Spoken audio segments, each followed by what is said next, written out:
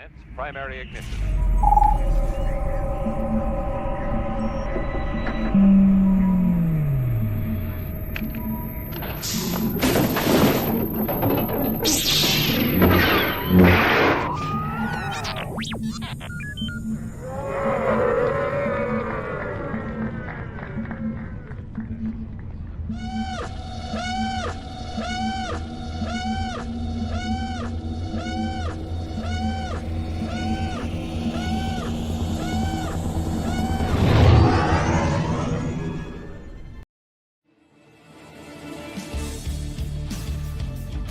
Hi, I'm Juan Davis, ILM model maker, and you're watching the Virtual Cantina.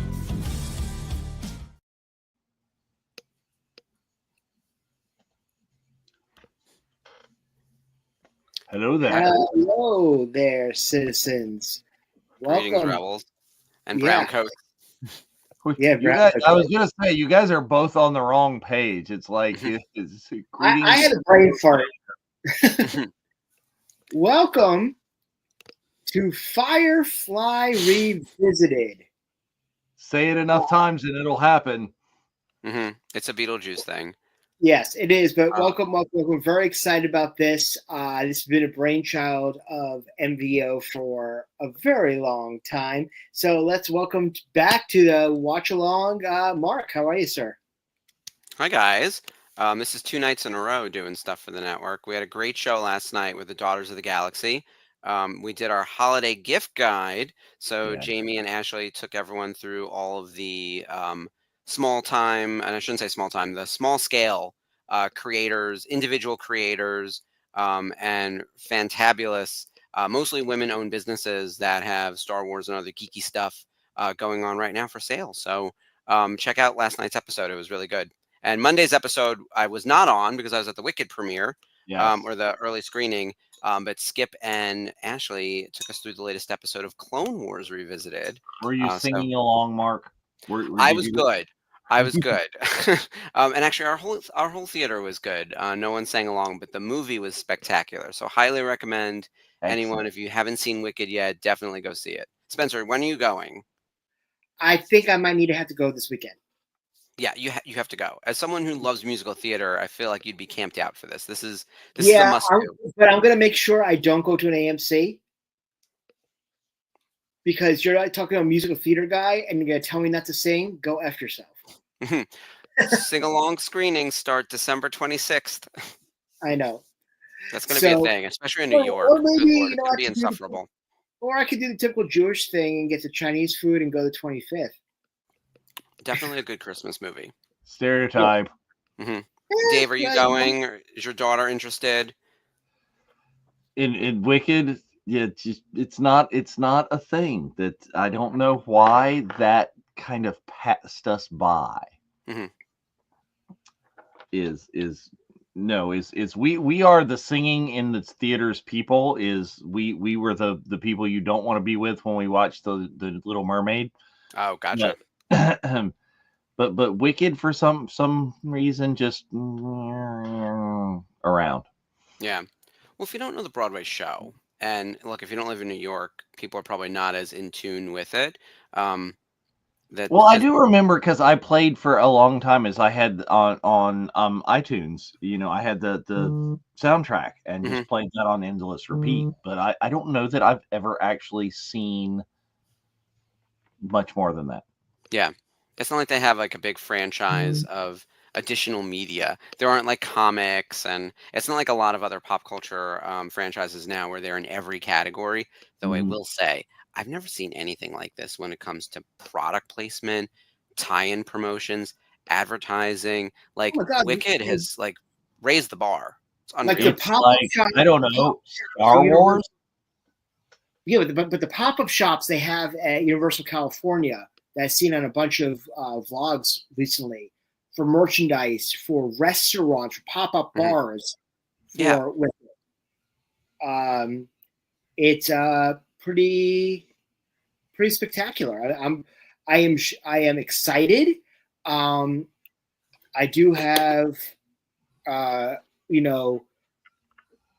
want to say as a fan, obviously, and someone who is trained in musical theater, I am all for shows becoming movies, but I am not a fan of movies becoming shows. Oh, okay. I will tell you that Back to the Future was okay on Broadway. Like, the movie's better. There's no need for a Broadway show. To me, it's low-hanging fruit. Like, it's like, okay, we grew up in a time of Les Miserables and Phantom of the Opera. And Rent. Rent was very prolific, especially for you and I back in the 90s in a tri-state. But what about, Spider-Man or, Rogers the Musical? Turn Off the Dark was such a moment in time, and being a New Yorker at the time, you just wait for the front page news to see who got injured tonight. It was like nothing I had ever seen. I can't prove that either. I look at the whole phenomenon with that is, like I said, is why am I going to go see Legally Blonde or Footloose when I own the Blu-ray, DVD, or VHS at home? Like, especially to me, if they're not adding anything to it. Correct. Like, if it's just retelling, there's no point. So there's no. But I digress, because we can go on a whole episode about musical theater and musical theater shows, movies, which I would love. But let's talk about stuff that's going on around the virtual cantina. First and foremost, this coming Saturday at 12 o'clock p.m. Eastern, I will be on with Michael Hyde of Hyperspace Props. Hyperspace Props is the official sponsor for the Not So Virtual Cantina special edition in Japan when tickets go on sale the first of the year. It's shaping up to be an incredible event. You do not want to miss it, but you want to watch the show to hear exactly about some new products that Mike is going to be coming in with. And another props to the girls last night, plugging all the small businesses, including Hyperspace Props last night as a female-owned company. So thank you very much for that. But with that as well, let's turn the page. Yes, there we go. Let's talk about that. So we're very excited about that. Well, let's turn the page. Mark, for the longest time, you've been spearheading. We have to do Firefly. We have to do Firefly.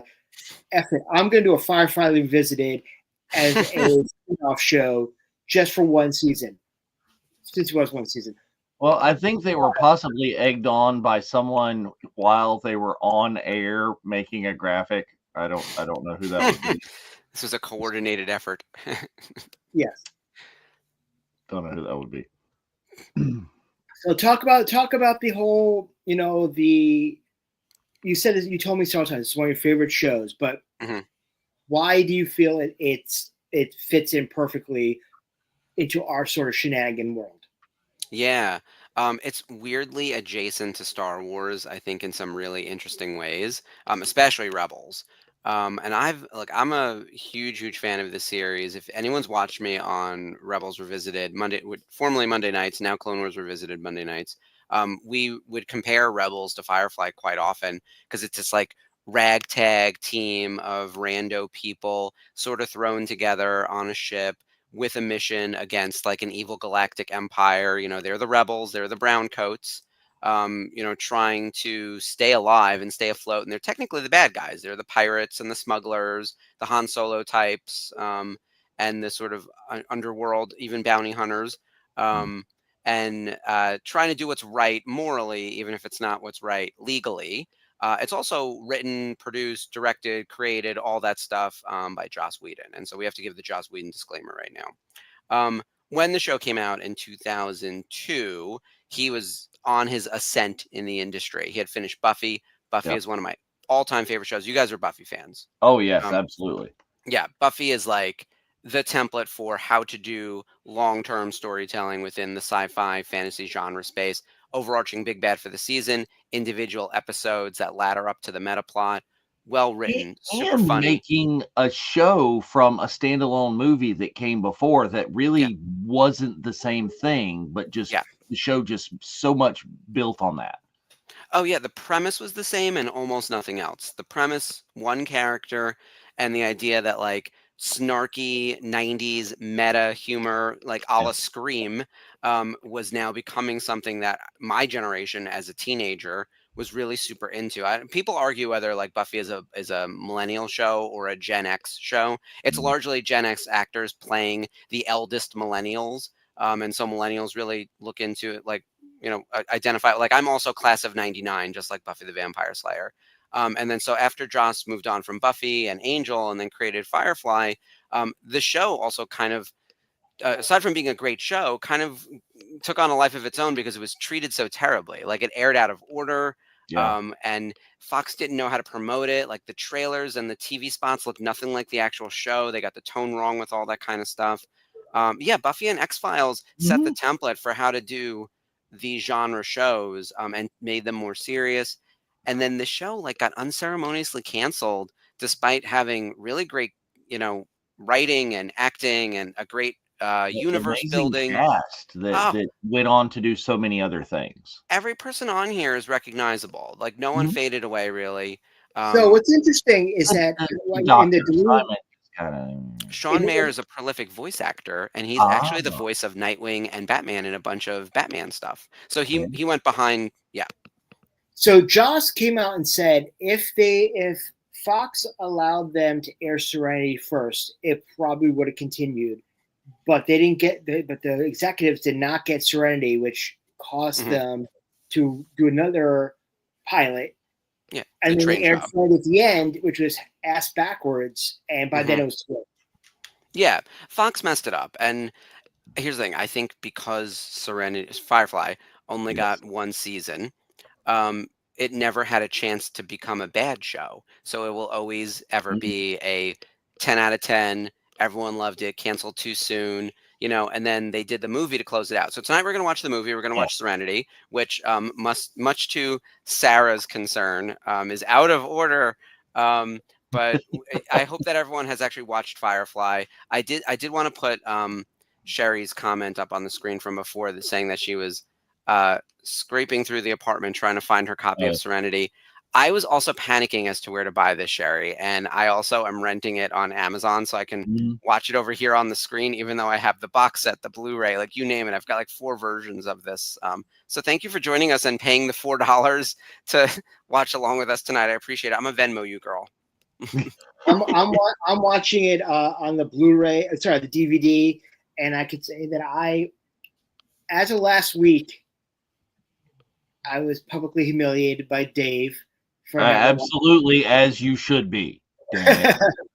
For never have owned it for years because my brother gave it to me as a gift, and never opened it. I broke the seal on the plastic of the DVD, peeled off the sticker on the white sticker on the top, and a couple hours ago finished the series as well as watched some of the documentaries. So this is my first time actually watching Serenity, so I'm psyched about that. That's going to be fun to watch your reactions to things. And those of you in the chat, no spoilers, because no spoilers now. Yeah, we have a newbie with us, but we have I a shiny. Debated telling you to watch it in chronological order instead of production order, but I was like, no, let him go. And I wasn't even sure how the box set would actually release the episodes. So it has a couple of so the box set has 14 episodes, including I think a couple unaired. And they move the pilot back to the front spot. Okay, so it was already. And they do it as a 2-parter, and then they do the train job. So it feels, the weird thing is like the train job feels a little duplicative after having watched Serenity, the first episode. But yeah, good job, Spencer, making that binge happen.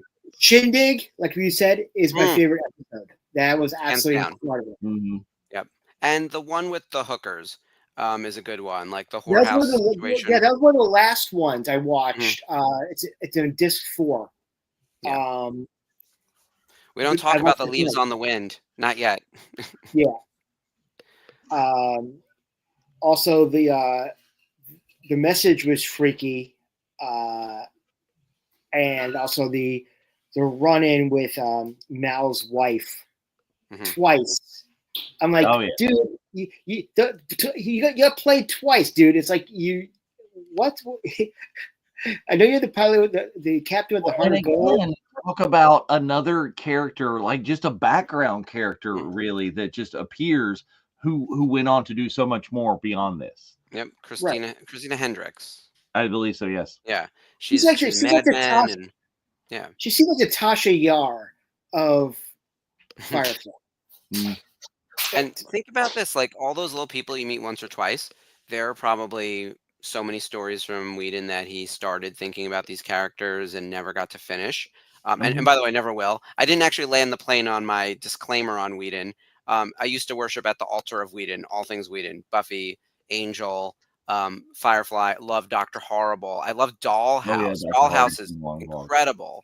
And then turns out he's not the best guy to work for. And you start hearing the stories. And Charisma Carpenter once reported that when she told him that she was pregnant, he asked her, "Are you going to keep it?" This is when she was married and was telling people that she was actively trying to get pregnant. This is the kind of like asshole that he was. But like he had a really toxic work environment on the set of Buffy, which is why Sarah Michelle Gellar doesn't ever really talk about it. And apparently Michelle Trachtenberg wasn't permitted to be in the same room with him alone. There always had to be another adult there.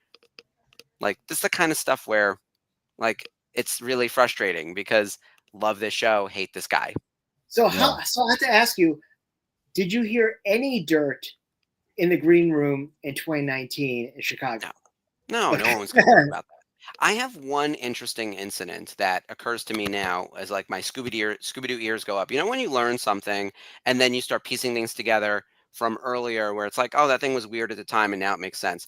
I met Fran Kratz, who was playing in a Broadway show ages ago, and it was after Dollhouse. And I remember telling him, like, I was surprised. I got his autograph, and I was like, I didn't bring anything from Dollhouse, but I love that show. You should really do the convention circuit. This is back when I was at Top, so autographing was always like top of mind. I was like, I feel like you would make a killing, especially being part of like the Whedon Mafia. And he was like, I'm not part of the Whedon Mafia, but he said it in a way like, please don't associate. And I didn't think about it at the time, and I was like, oh, he probably doesn't want to be typecast. He's a real actor. He's on stage. He doesn't do that much like genre work. And now I'm thinking it's like, oh, I don't want to be associated with the name. So here's an interesting thing. So in the documentary, everybody talked about their their auditions and how, like, for example, Rebecca Gayheart was supposed to play Morena's role, and she dropped out, and Morena blew up afterwards. Obviously, Vanessa in the Deadpool series in Gotham, and she's fantastic.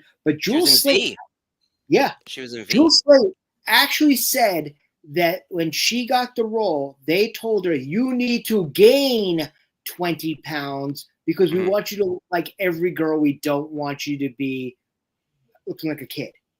Yep. Yeah, she was very young looking.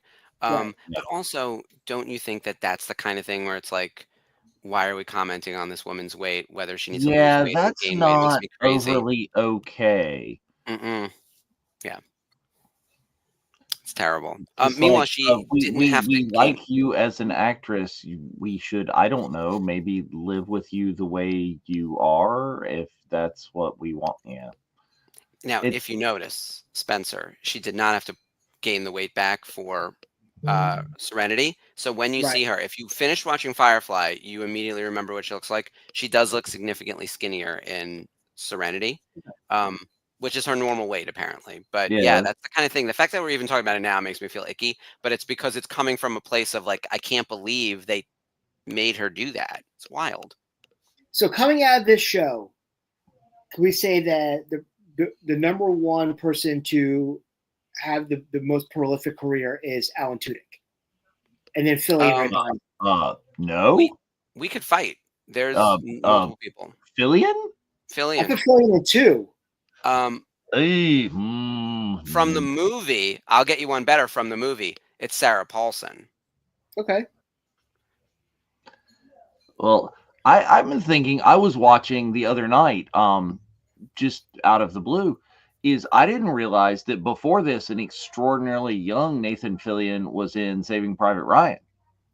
Oh, I forgot about that. I know. Yeah. Totally forget about that. Is where he was already kind of on the move up doing this. hmm If anyone is a really big Nathan Fillion fan and you want to see some early work from him, Slither is incredible.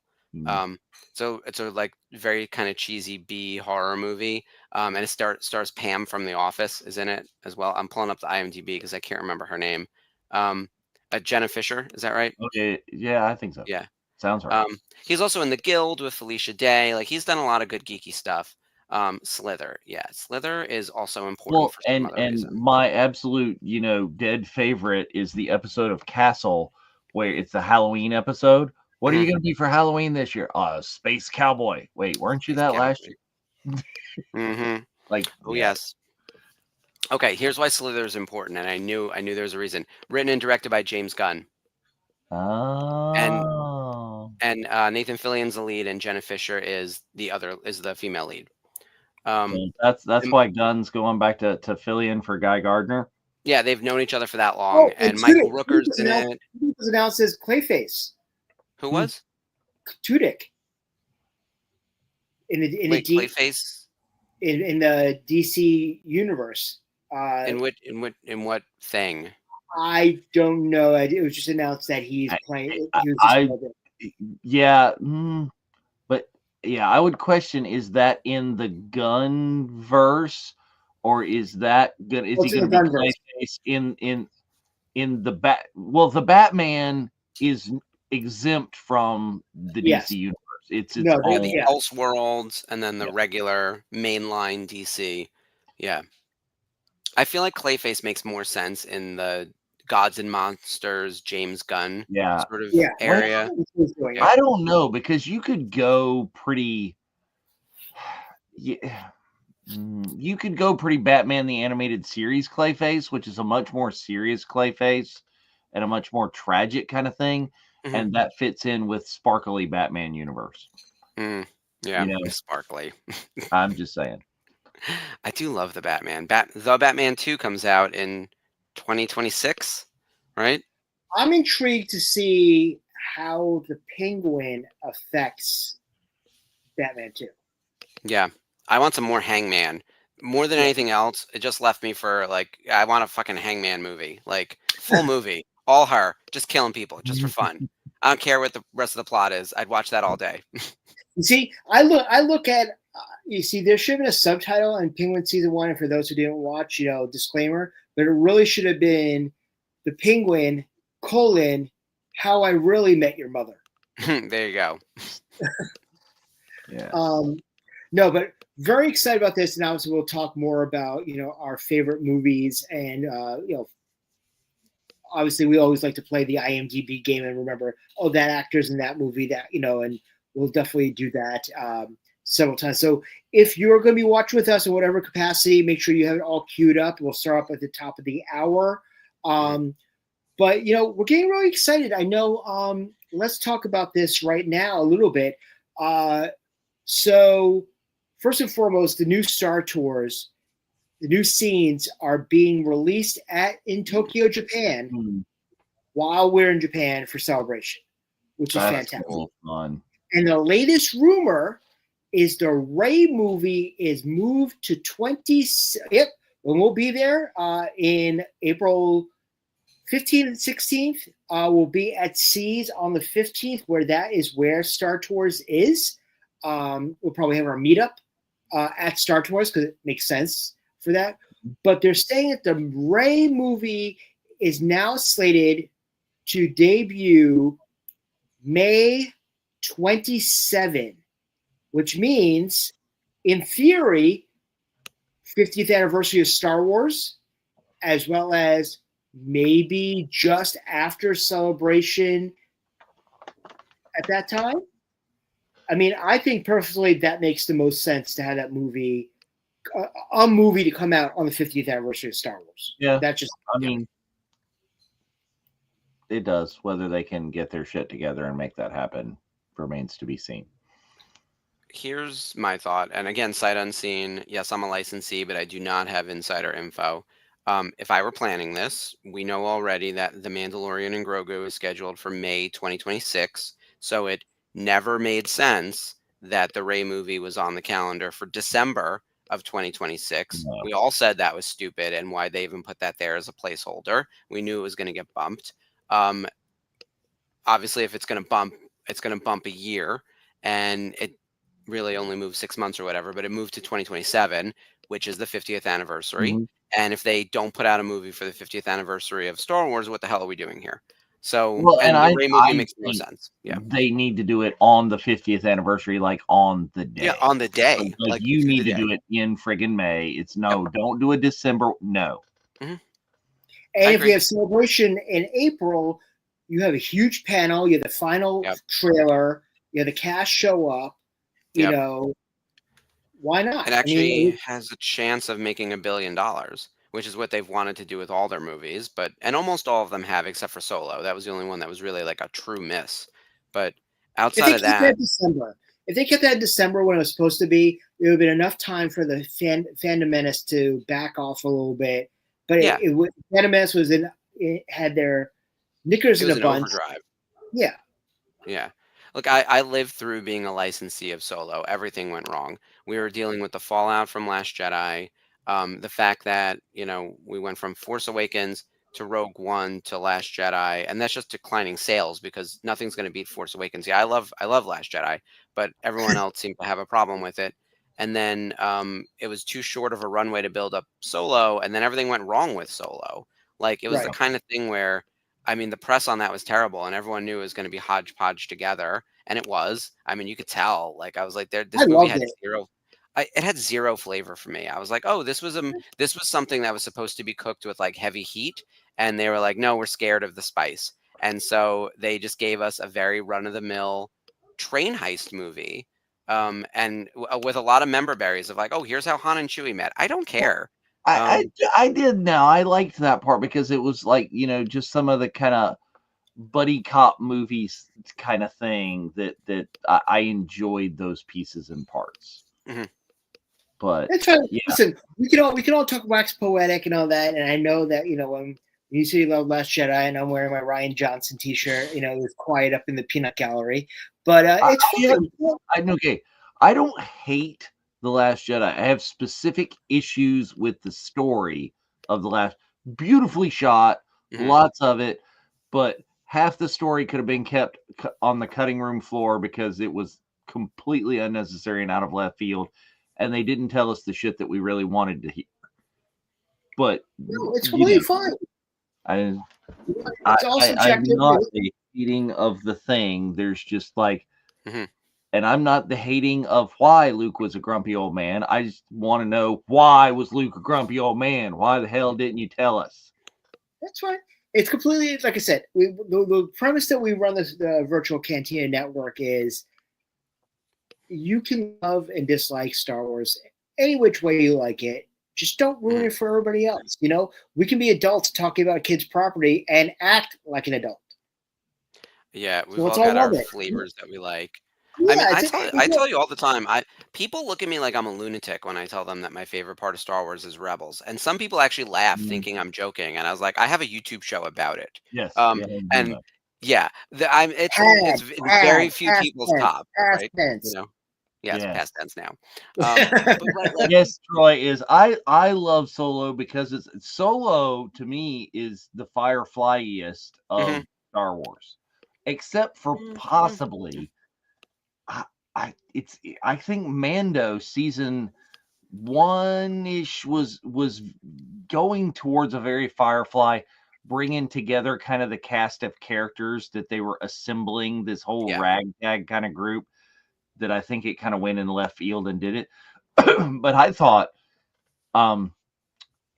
Malcolm Reynolds was very Mandalorian, was very Din Djarin for a long period there. Yep. Oh, without a doubt. I think we could easily map these characters to either the Rebels crew, the Mando crew, and I do think there's something to be said about Han Solo. Like I even used it in my description of the show at the top of the show, when I was like, yeah, it feels like they're smugglers, they're pirates. There's a Hondo, there's a Lando, there's a Han, there's all these guys in here. Yeah, and look, I just love all these characters and all the actors too. We got to talk individually about what each actor is doing, because there's also a lot of Star Wars connectivity in this cast. There's at least 2 of them who have done a Star Wars. So we got to definitely talk about that. Anyway, we're at the top of the hour right now, so please make sure that you have your DVD, Blu-ray, or Amazon Prime all queued up. And whenever you're ready, Mr. Wash, make it so. Okay, that is way too many metaphors being mixed. Right there. It's just like that was Well, what's a lot. a crack? Punch All it. right.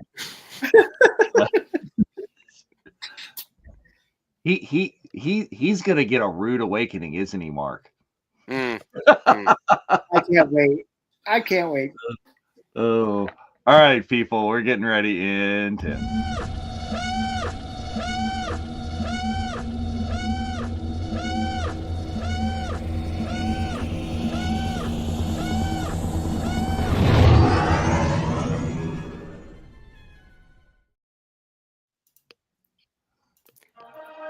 Oh, my audio.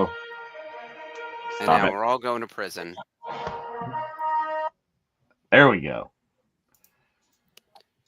And we are indeed, friends, actually not here totally for an episode of Firefly Revisited. We are really watching Serenity.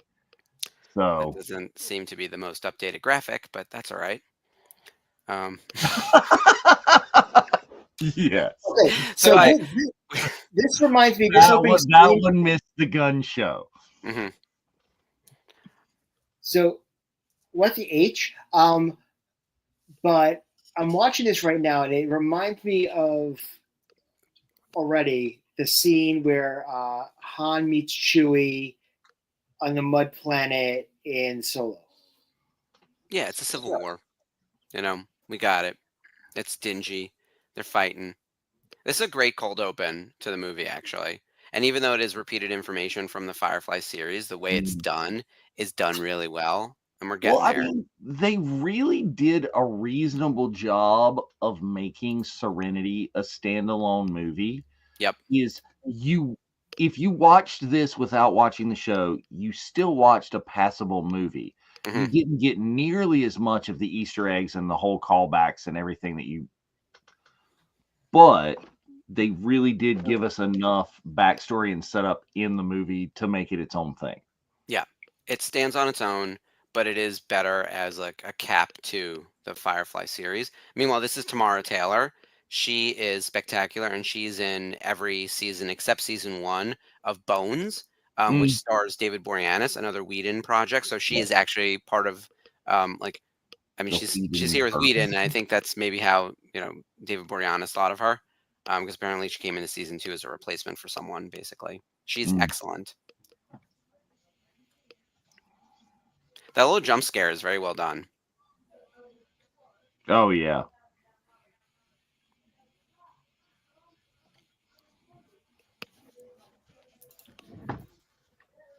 So going back to what Dave was saying about how this stands on its own, they still need to do like the heavy lifting of like reintroducing all the characters, figuring out a way to do exposition, giving you the history on some of these characters, and they do flashbacks a few times to help fill in. This is not a scene from Firefly, even though it's happened in the past, and it's not something that they even talk about in depth. Like this is all new action to us, which is very cool. So when I first saw this, it kind of I was about to say, since I just watched the episode, the message, it kind of reminded me, of the scene where obviously where Mal is being the sergeant, and giving the orders in that, with the army and all that. Yeah, he does a good job of like threading that needle, right? Yeah. Like feels like the TV show. It's still in the same universe. Nothing really contradicts, but it also reminds you of things that we've seen. Yeah. And you go back to, you were talking about bringing in characters from Bones into this is, of course, River here. Summer Glau. Summer Glau is your character in Dollhouse as well. Yep. Love her in that. And I got to tell you, Dollhouse is still one of my all-time favorite. She's in Terminator: The Sarah Connor Chronicles also. She's also she did one episode of Castle, which that's obviously more of an Easter egg. But yeah, she's been working. And her appearance in Big consistently. Bang Theory was just hilarious. Yeah. Yeah. So, but same thing with the cameo of Nathan in Big Bang Theory when he was there having lunch, and he was trying to find out that it wasn't him. But this, Heart of Gold was an object in space. I thought that was absolutely insane. But the whole premise of when that River isn't crazy, and then she's the one who said, "Oh no, I am Serenity," and when she was singing the other ship, and she's the one who saved them all. It was kind of like, what the. Like you didn't see that coming. Like you thought that she was going to be a more, So let me ask you this, Spencer. Do you watch The Rookie? I do not. Okay. Because I was going to sit there and go like, how did you feel or get the Tudyk appearances on The Rookie without having ever seen Firefly? It was just like, oh. So, like I said, I mean, my brother introduced me. Well, told me back in the day when he sent me this. He actually sent me this for my birthday years ago. But he also got me into Battlestar, but the Katie Sackhoff version, because I liked obviously the original with the Cylons when we were kids. And I always meant to watch this and then go back to that. And then obviously, life happens, and then there's like 1,000,001 other shows that you're watching, and you're like, falls through the cracks. So it gave me a really good excuse. So I'm very, happy seeing this, but also seeing like all these actors that I've seen, not only just, obviously in different properties, but also on the concert. I mean, how many times have we seen Alan, at shows, and he's already been announced for Japan. Like he's going to be at Celebration. So makes me wonder if I need to go get something signed by Wash now. I've thought about doing a big Firefly piece. Because I have Nathan Fillion's autograph on a trading card, and I would need to add Gina Torres to my Rebels poster, obviously. But I've for a long time I thought about doing a big Serenity poster because a bunch of them were on the circuit quite frequently. Summer Glau was doing the circuit. Right. Yeah, Nathan doesn't really do conventions, There's but the a rest series of them, figures. Yep, those are nice. Yeah, as I have like Tudyk and Fillion and several of those. Okay, this scene right here, I want someone. No, I did not see you playing with your dolls again. The humor in this show is or this movie and in the show is very snarky, very meta, and like the opposite of Mel Brooks, which I think Mel Brooks's humor is very sincere and very like hearty chuckle. This humor is usually biting and bitchy. Which is more my speed. But I do think this is a very funny movie. I laughed throughout a good chunk of it. Then you also cry. Like Whedon knows how to emotionally manipulate you, and we should have known that from the writing that he also does this in real life for fun. Like he thinks we're all his playthings.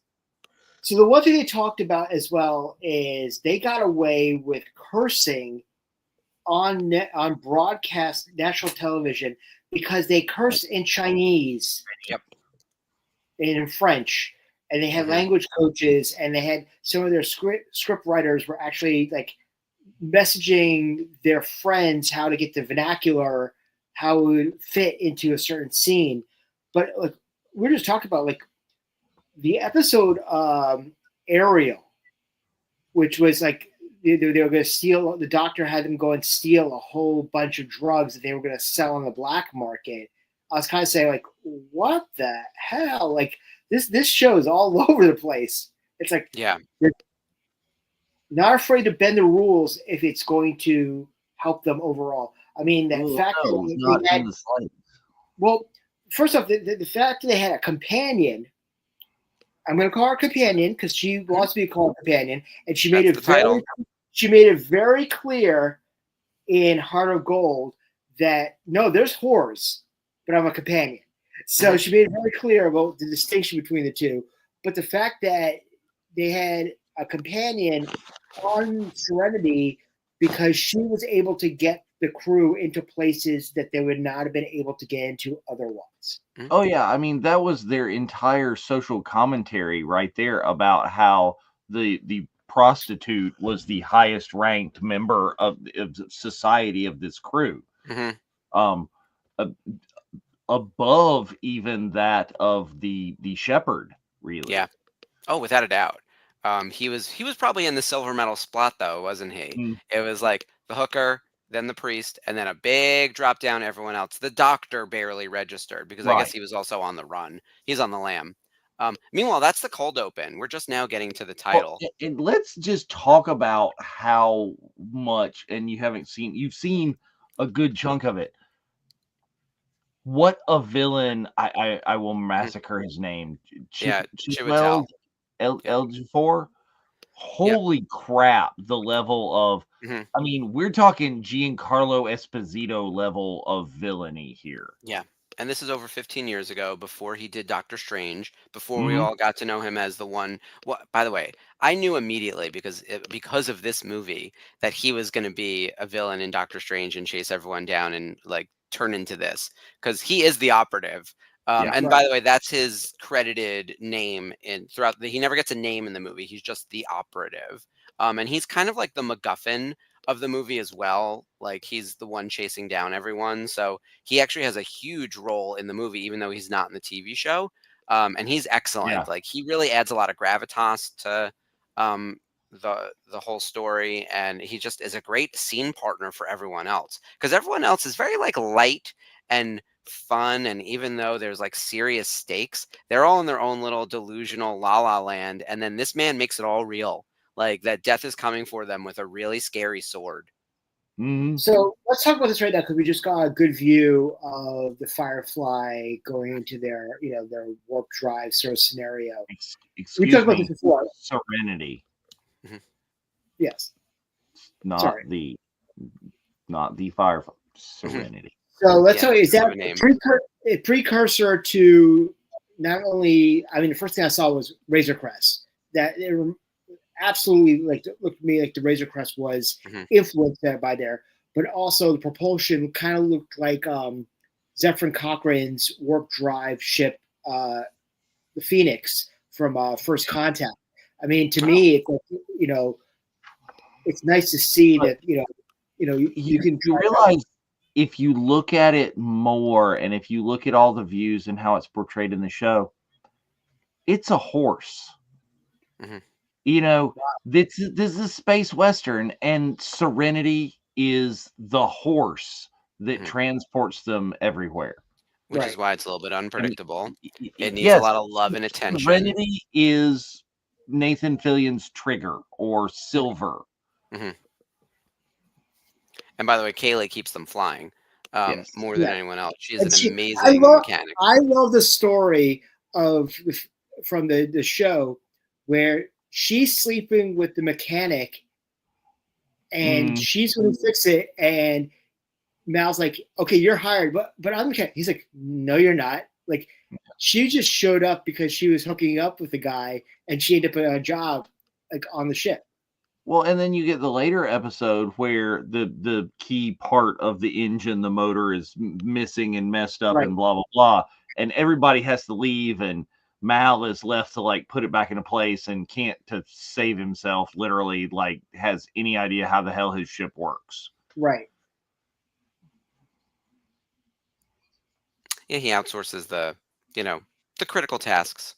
Meanwhile, this set is gorgeous, and it is all practical. They rebuilt the Firefly set basically so that they all connect, so that it really feels like it's not actually one tracking shot though. Because I've watched enough documentaries and I've watched a lot of behind the scenes on this movie, you guys, and this TV show. I'm gonna try to not just like talk for 2 hours about all the stuff I know about this, because it'll ruin the experience with too much. But just know that like so much love and attention and care went into this movie. It was a fan campaign to get it made after the TV show got canceled. Like before the Snyderverse people like ruined fan campaigns for all of us, we had a very successful one, respectfully sending emails. And we didn't bully, we convinced the network to give them a budget to make a movie, which then went into theaters and did ho-hum at the theater.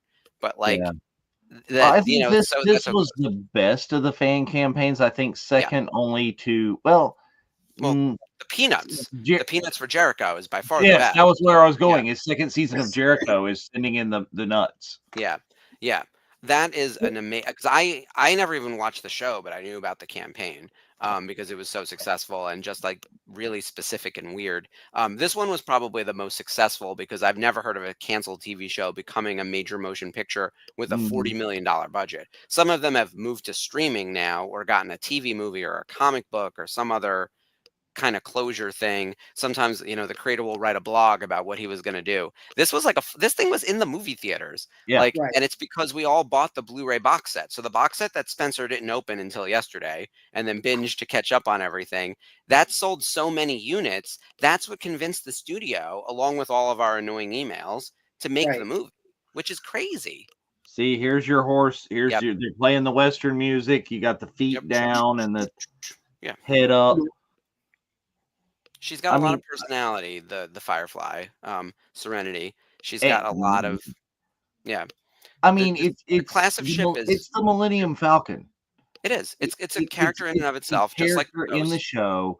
There's so much has gone into, I think, on the back end. I don't think it was done on the front end of the layout and where everything is on the show as they've gone back and retconned or whatever the continuity and how exactly all the pieces and parts fit together. Mhm. I love the episode where Jane Smart design. is like a hero on that planet. Yes. Man named Jane. He's the folk hero. The whole place is a statue. And Firefly, I love, is so quotable in just life in general. It's like so many things, in particular episodes of the movies of Star Wars. It's just like a man walks down the street wearing a hat like that, he's not scared of anything. It's like, yes. I mean, it's some of the most quotable stuff, right? Like if you go to what are the famous quotes, like I always think of the curse your sudden but inevitable betrayal. Yes. That's the one that always comes to mind, but there are so many. Let's see. I mean, I'm how trying to many find, like, times a do you list just of- find yourself saying shiny and Oh, I see. and when other people get it, you're like, those are my people. Yeah, curse your son but inevitable betrayal. That's probably the best one. You can't take the sky from me is more of like a Yes. You yeah. can't do this We've guy done the from me. impossible. Oh, we're still flying. That's not a lot, but it's enough. Yeah. Oh, big damn heroes. Yeah. We're too pretty for God to let us die. I always forget about that one. That's good. Oh, so pretty. Let's be bad guys right there. Yeah. Aim to misbehave. Oh, and damaging my comm. I've used that phrase. Well, or sitting there and suddenly cursing under your breath in Chinese, just remembering it phonetically from the show and not even really knowing what it means. Yeah. I remember when the show first came out, and it's because we didn't have YouTube and all the explainer videos. Like you could imagine like a new Rockstars or a Screen Crush having a field day with this show now if it aired in like the time we are in. But I didn't understand like what the hell. I was like, why is there Chinese in this? What's all this other stuff? And then you start piecing it together. It's like, oh, Earth became the home of two superpowers, Asia and North America, and the cultures merged in a way that we're getting a mixed language situation, right? Was this before or after Waterworld, which did the same thing? Oh, this is after. Waterworld was in the 90s. So let's also talk about the fact that we talked obviously how initially I thought the Serenity was the precursor to the Razor Crest. Let's talk about the fact that the show, the costume design, was done by Sean Krupik. Yeah, it's amazing. And Shauna's done costumes for Ahsoka. Let me pull up her IMDb so we can get the full list because it's really incredible.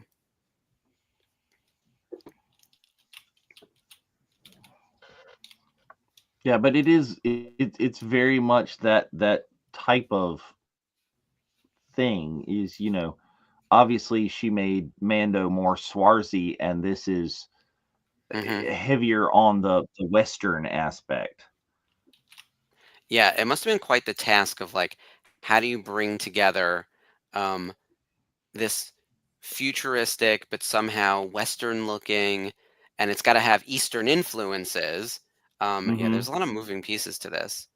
Well, you're talking about things like here is you see the like Nehru collar and with the embroidery, the gold embroidery around there, just on a Western jacket that this guy's wearing. Mm. How do you? What, I can't find this. Ugh. It all seems like believable stuff too, and the cosplay is actually like, um, I mean, people do really good versions of Mal all the time. The brown Oh coat, yeah, like yeah. that's a signature thing, and they're called the Browncoats because all right, so for everyone who doesn't have the history on this, Mal, and his side of the war in the Civil War, they're the losers, actually. Like, Mhm. they lost. They were fighting against the Empire. They were part of the Outer Rim group, essentially, the rebels, and, And they Zoe lost. was essentially his lieutenant Yep. in that, so they fought together. And they lost a lot of good people with them. They ended up losing in the Battle of Serenity, which is why his ship is called Serenity. But they all wore brown coats, and so he still kind of wears the uniform of Yeah, the losing side of the war. And at one point, there's someone who says, "Oh, you know, I see your brown coat or whatever. You fought at Battle of Serenity. You were on the wrong side." And he says something like, "I was on the losing side, but I still don't think it was the wrong side." And I think we've all been yeah. in that situation where it's like, damn, like we know we lost, but I'm still holding on to my convictions over here.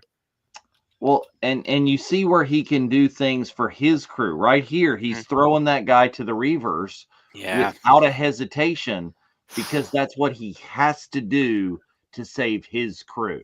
Yeah. And It's the doctor says that like ones are like, why are you saving me? You're part of my crew. yep.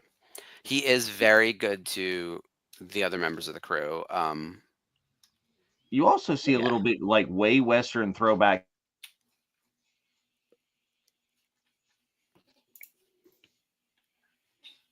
What is He's wearing that kind of snap over.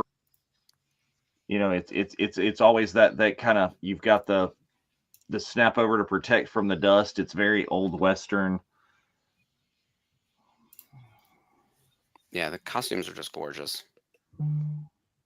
I love the fact he's like talking about this fine hat. He's got this nice old school bowler hat. Mhm. Well, and you got the vehicles and stuff in this are very grounded in real world technology, but just that little bit of futuristic. I mean, I think at some point they're talking about, oh, this too science fictiony for me, and Zoe goes like, we live on a spaceship, dear. Yeah. Right. I think that was very ironic. Right? It's not like, wait a minute. They're just Yeah. that'd be a fourth wall type of break. You know, you look at the camera like, So I want to talk about Shauna real quick because I finally pulled up the Yes. IMDb page and I was scrolling through. She was literally part of the Whedon Mafia, as I forgot like just how much she had done in his Was she on space. Buffy? Um, let me scroll down. She did Angel. So the Okay. first thing that caught my eye because she was working since 1990, but 1993, 40 episodes of Power Rangers. Holy shit, you guys. Love that show. You know I'm a Power Wow. Rangers fanatic. Mighty Morphin, so OG, right? Like Um, original. and then the next thing she did was, I mean, there's a little gap here, but then she has Firefly in 2002, Angel from 2003 to 2004. She did 37 episodes of Angel. Mm. She has a bunch of other stuff too, but she did Dr. Horrible Sing Along Blog, Yep, which I was yep, talking yep. about with Nathan Fillion, Dollhouse. She did Torchwood, which I love Torchwood. Oh Oh, man, wow. like yeah, she did that show Husbands, which was done by one of the producers of Buffy. Cabin in the Woods, Much Ado About Nothing. So again, this is all Whedon stuff. And then she has a bunch of other things. And she just keeps working continuously up until she joins like the Star Wars universe with like Book of Boba Fett, The Mandalorian, and Ahsoka. So that was some of her most recent work. Hmm. But wow, what a list. And her bio on IMDb tells you like a little bit of an overview of, we've talked about Shauna quite a bit on the network. 3-time Emmy nominee, and she won Costume Designers Guild Award in 2022. and So she she's just won the Emmy for the Jedi, the Witch, and the Warlord with Wow, very nice. a friend of the group, An Alicia acolyte. E. She, who was her assistant, went up on stage to, accept the award for her. For Ahsoka. She did do a signing. I can tell you, she did a signing at New York Comic-Con. I want to say last year or 2 years ago with Justin. And she was supposed to do a lot more.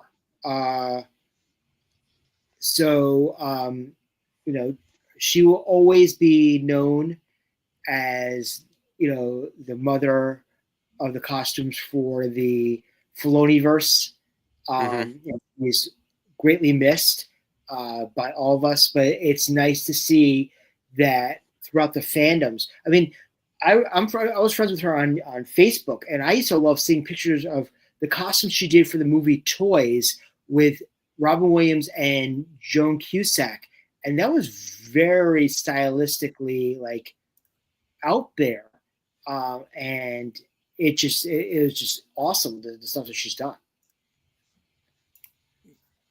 Yeah, her work's gonna. We were talking about this. Her legacy is safe. She will live on forever in all of the costumes that people wear to these conventions. That visit the IMDb page and see all the stuff that she's created, and then we recreate in real life. Because like the number of cosplays out of this and Mando alone, and the level to detail, the number of patches on Kaylee's jumpsuit and the frilly dress from Shindig. Yeah, the pink dress from Shindig. It is the number one. Oh, it's the best. I would love to make Serenity and Firefly costume. What about those lines your dress looks like someone store bought it. Oh yeah, it's so ridiculous. When those hoity-toities were trying to diss her on her outfit, and she actually made it herself. So she was kind of proud that it looked store bought. But they'll say, "Oh, don't you have a girl that makes 2 dresses for you?" One of the things that I find interesting in the show is she's like the lady mechanic, right? And you wouldn't expect her to be the one who's flying the ship. And she gets to the party and she tries to fit in with the other girls, and they all kind of look down on her. And then she's charming all of the men by talking about all of her expertise in this particular space, and they're pissed at her for that. And I was like, this lady cannot win. But she's just so full of heart, and doesn't have anything bad to say about anyone. I love a character like that. She's like the opposite, the polar opposite of Pelimoto, of Amy Sedaris' character in Mandalorian. Yeah, exactly. But if we were going to do that side by side of how the characters line up, Pelimoto and her kind of, we got our lady mechanics wearing their crazy stuff. Right. Good stuff. Meanwhile, this scene is but you could totally go again and is she a version of Chewie? Yeah, it's true. So I'm sure all of us were the same thing. We all wanted Simon and Kaylee to finally get together. Finally. This is I'm living.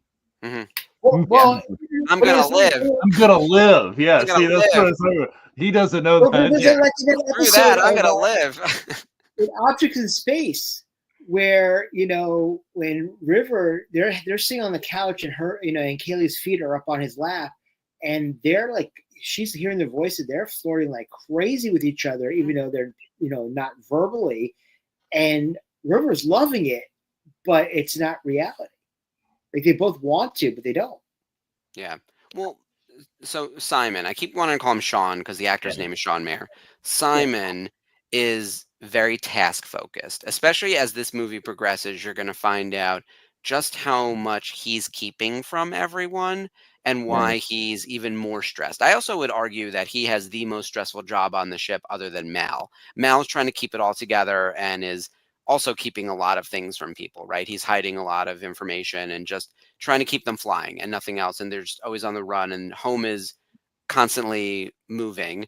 Simon is trying to keep his sister safe from some nebulous threat, but he can't really settle anywhere. And he's got one mission and that's it. So he can't get distracted by a girlfriend. He can't get distracted by whatever else is happening on the ship. And then on top of that, when someone gets shot, which is every episode, he's like Right. constantly doing surgery with like shitty tools. Well, how about he got shot and he basically was saying, okay, now you got to do this. He's teaching everybody else how to take the bullet. I was like, I'm going to take a day off after this. I need to use one of my sick days after I get shot on the job. Like, this is terrible. So who are you comparing? We've talked about the larger Star Wars universe, but in Rebels, I mean, I'm saying Kaylee has got to be Sabine. So I think, yeah, Kaylee is more of a Hera. But here's the thing: I think Gina Torres is also kind of Hera. Right. See, Gina. That was what I was saying. Is Gina is way more badass than. Yeah. Do you know what Gina Torres is Hera? Yeah. And then Mal is actually Kanan, which I realize doesn't match the romantic side of things. But Alan Tudyk, but Wash is actually more like Zeb, weirdly enough. But it's not a perfect 1-for-1 match on any of these things. And there's like 9 people in Serenity, and there's really like 5 or 6. In, right. Well, but I'm saying Rebels. like Simon is like Callus. Oh yeah, I like that. Yeah, because all right, here's the other thing about Simon. He's from money. He's like a hoity-toity rich person that would have otherwise made fun of Kaylee in a different environment, right? Like he would have been one of those mean girls. And he's very prim and proper. And in this movie, if you just jump in, you don't quite realize that because throughout Firefly, and you see it in the costuming from Shauna, he is perfectly like think Grand Admiral Thrawn stitched up in the way he looks in the books and in the cartoon, but not in the live action Ahsoka show because he's battle damaged, right? But like perfectly starched and proper and all that stuff. And he slowly comes undone as he spends more time on the ship with the more blue collar, everyday people, right? But he's still got kind of a stick up his ass. And it takes like this adventure that they all go on together throughout the events of this movie. And in fact, a pivotal scene is coming up like any minute now to really get him to loosen up. And that wouldn't have, he would have never found his way to Kaylee without the events of this movie, because he's still trying to break away from that upbringing where, he's like a 1%er. Right. Yeah. So look at this. She basically is like her O face when she took the strawberry. It was absolutely hilarious. Oh yeah, she's very honest and open about her desire here. It's like Mal is just like, oh, this is like my little sister or something. It's like I don't want to hear that shit. Yeah, exactly. I love the thing is like when she's alone with Simon, she's like, yeah. So when we made love last night, wait, what? He's like, no, I'm just kidding. Like and we haven't even talked about right now what she just said. Tell that to Inara. The elephant in the room is she's not here in the whole beginning of this. Yeah. Right. So also there's an in-universe reason, and then there's also a production reason. There's actually a couple of production reasons. One, a lot of her scenes were cut, mostly because apparently she had sort of stopped being shiny in the view of Joss Whedon. I think because she was like less cooperative than he would have liked. And apparently some of her other scenes were cut because there's just too much sexual innuendo given her character. And then a third piece, apparently, and you're going to see it later in the movie. At one point, she has a bow and arrow, and it sort of comes out of nowhere. There's a deleted scene of her earlier in the movie practicing with a bow and arrow, which is like not super crazy or anything. But there were rumors at the time that there was going to be a Wonder Woman movie, and Joss Whedon might be attached to it. And they said that scene actually felt too much like Wonder Woman. And so you need to cut that. And that whole section got reduced. So there's a whole set piece coming up with Inara. She would have been a badass Diana Prince. Jesus Christ, if we did 20 years earlier, around the same time that Dark Knight was rolling, Marina Baccarat as like Wonder Woman. Yeah, and look, I'm glad we got her in Deadpool as like the girlfriend, but I'd rather see her as like an actual superhero heroine. Like she deserves more than like, Yeah. I know she's pushing that in the future that Vanessa turns into Copycat. So there's no future with the rest of these Deadpool characters. She was barely in that third one. Like she's there for 2 scenes and they're both at the kitchen table. Right. Like, what are we doing here? And by the way, I love Deadpool Wolverine. You know that. But like that movie was about Deadpool and Wolverine and none of their friends. Yeah. Meanwhile, here's the scene. This is the Yes. turning point of the series. This is how we're all going to get brainwashed in Japan by, the TV. Yep. This is super fighting seizure robots a la Simpsons. Do you guys remember that episode when they go to Japan Yes. and they watch the thing and it's super fighting seizure robots and it gives them the seizures? It's good stuff. Yep. So let's talk a little bit about Simpsons right now. That the actress who did the voice of Milhouse and Ned Flanders just retired. Oh yeah. Yeah. I mean, she's been doing it for 35 years. Oh yeah. Yeah. I'm amazed that they're just not AIing all of those people at this point and they're all ready to retire. Yeah. Which I'm amazed the Simpsons is still on the air. Can I be that asshole and be like, I'm over them and have been for a long time? Well, I mean, Mark and my favorite line still is "Everything's coming up Milhouse," and I quote that line often. Yep. I also use "This is everyone's fault but mine." Right. But my favorite Milhouse line is, "This is where I go to cry." And then, "Why did I have the bowl, Bart? Why did I have the bowl?" You know, when Bart stole his goldfish, like but the bowl was still there. So there's so many quotable Milhouse lines, and congratulations to her for 35 years of getting paid, I'm sure. Oh yeah. And meanwhile, this action sequence is incredible, Troy. Like this is probably my second favorite fight of the movie. My favorite is the one toward the end, of course. Yeah, the big one. Yeah. Yeah, but this is unbelievable. Her dance moves, because she's a dancer, which is why you can see her pose so beautifully on the poster right now, doing her stretchy stretch. She's 90 pounds of fury, just unstoppable. And this is a long fight sequence. Okay, so I might be behind or ahead. I'm not quite sure because right now I am watching Indira talk to Shepard. You're ahead. Okay. What's your timestamp? I'm at 36 even, 36:01. Okay, yeah, I think our actual timestamp is a little bit behind. Oh, you're at 35:20. I think the actual 35:20 I think is probably a little bit behind where we actually hit play. Okay, so I'm going to hit pause right now because I'm on a DVD. So when you get to the scene of I'm sitting at 36:22 at the moment. I'm at 36:27, so we're good. Yep. All right, so I'll just pause. Yep. Are you looking at the operative, looking at everyone's IDs? Yeah, that's what now? I'm looking at. The operative looking at the dossiers right now. Yep. Which there's a dossier portion cut also around Inara. They basically cut her out of this movie as much as they could in an ancillary way, but left in the critical stuff, which is really disappointing because she's an amazing actress, as we've seen her do a million other things. Oh, yeah. But the movie also apparently was shot with a much longer script than they were really pushing for. Like, this movie goes, what, for an hour and 45 minutes or something? Like, Joss wanted a 2.5-hour movie, which wouldn't have worked 20 years ago. No, it would totally work now. So, where is the Whedon cut now? Well, never again. It'll have to be one of his producers going in and being like, I'm doing a special cut to celebrate the 20th anniversary or something. Whedon's not involved, and it's literally Joss the whole time like this. They'll have to ghostwrite it. That being said, like, the separating the art from the artist thing is always really hard. I don't think that my nickel that I paid for this is going. He already has all the money in the world. It doesn't matter. But the rest of these actors, I want to support their careers. And I do want to speak positively about pretty much everyone else in this cast because Nathan Fillion is like a national treasure. Like, oh, yes. He's just incredible. I love Dr. Horrible. Love Castle. I am loving the Rookie still, even though the Rookie probably jumped the shark 2 seasons ago. But there's a new shark that's out there, and it's still fun. Yeah, I've heard nothing but good things, and I just never tuned in. But I did watch every episode of Castle for like 10 straight years or however long. If you have never watched The Rookie, you have so many good seasons of goodness that whenever you have time to dive into a new property, that's the property to do.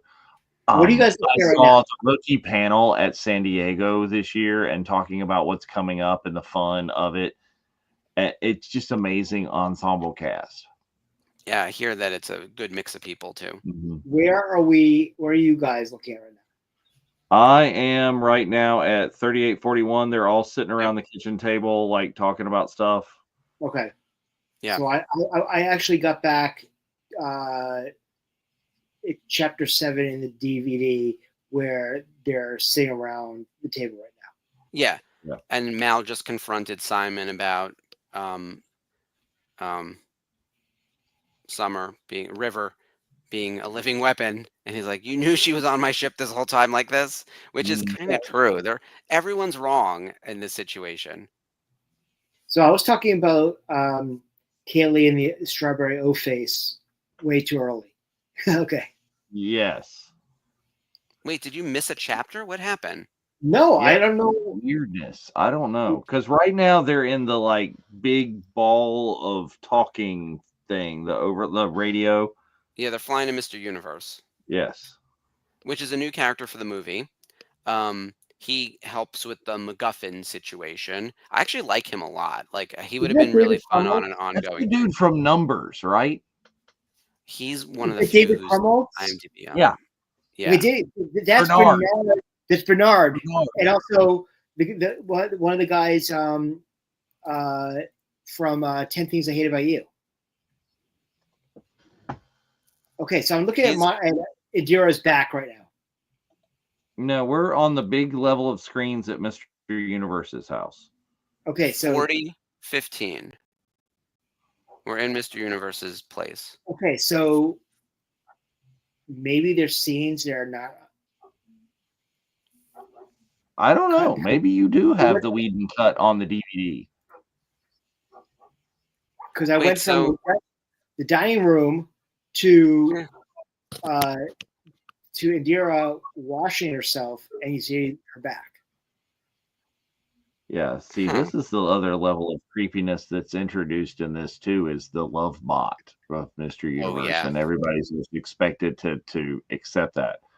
And the creepiness is we're kind of almost there now in reality and life. People are getting their robots. We are very close. Well, people are already confusing their personal assistant robots, right? It's like, that's sort of the Big Bang Theory where Raj falls in love with Siri. Yep, or you confuse what does Siri do and what does Alexa do. My little helper robots losing track of what does what. Yes. Or Howard with the robot hand.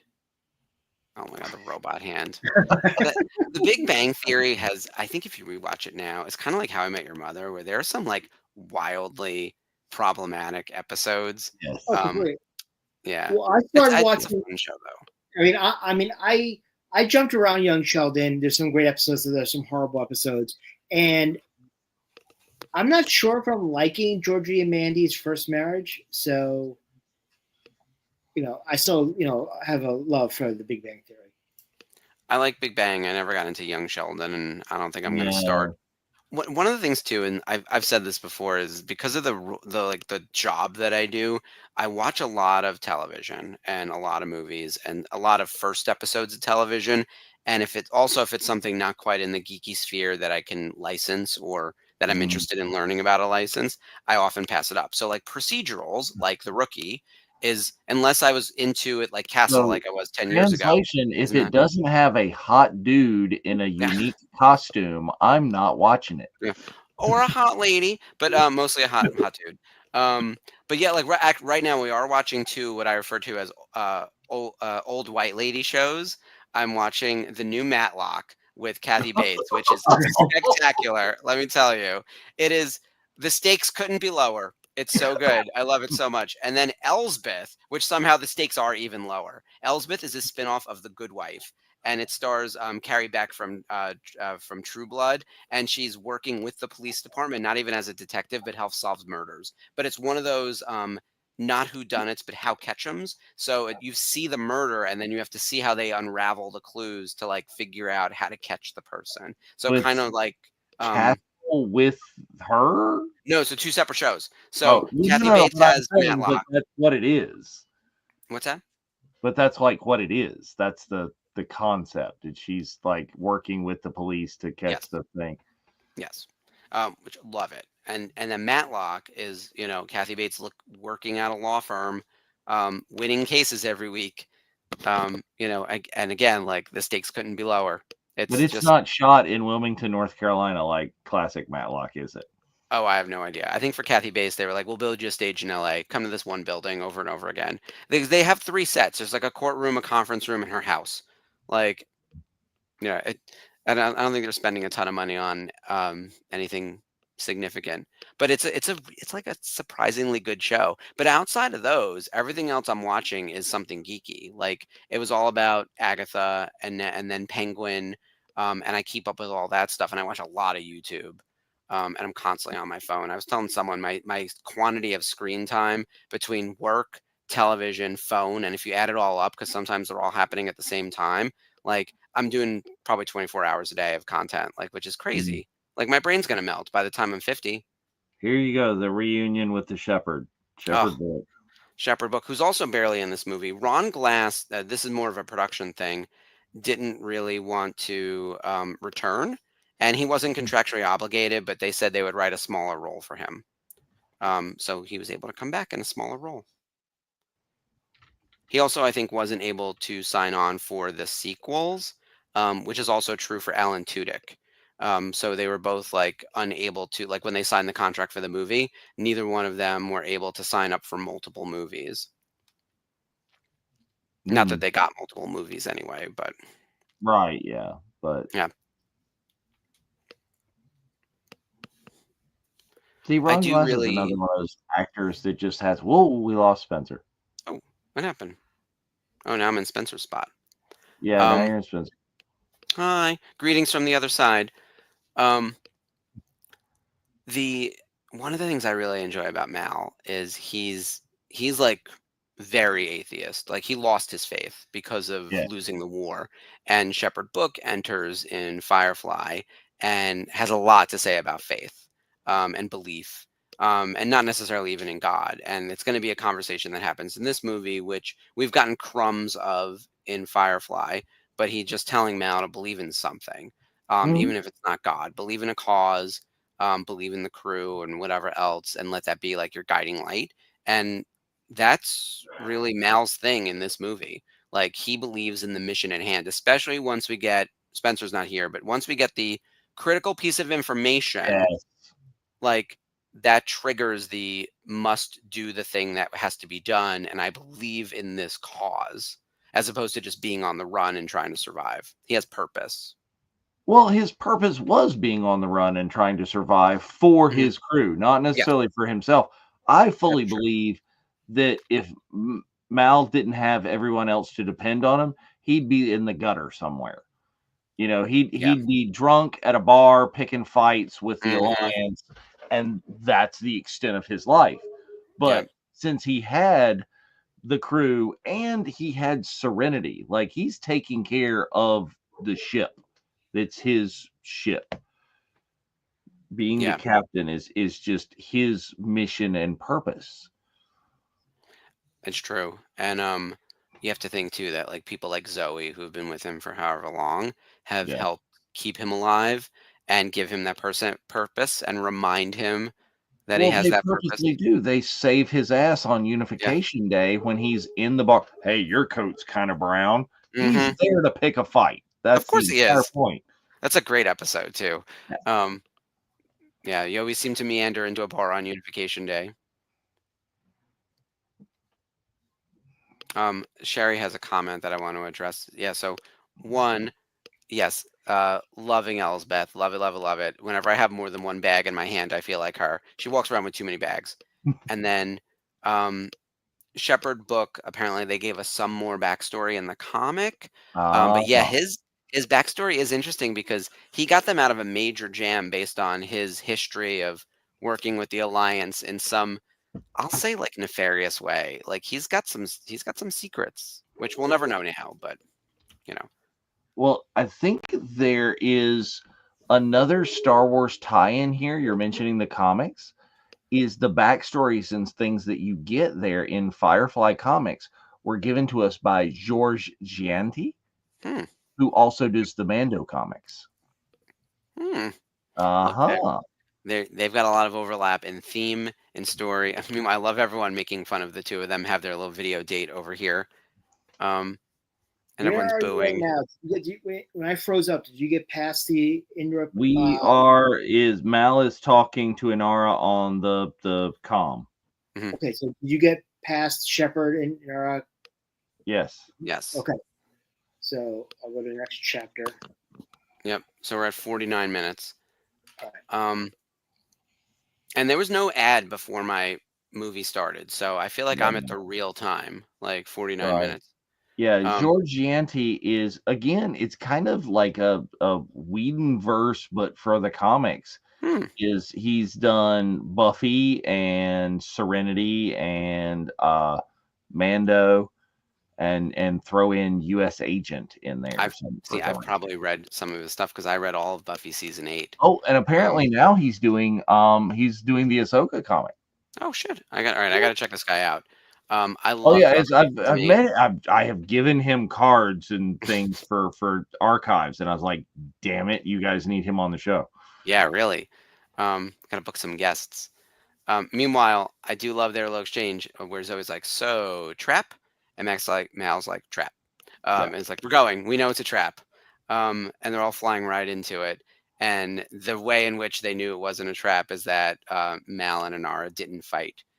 There's a throwaway line near the start of the movie where Kaylee is talking about how Mal is basically like with Simon and River leaving, Mal's going to chase everyone off the ship, just like them, just like Book, just like Inara. The volume really gets very low and you could miss it, especially if you don't have your closed captions on.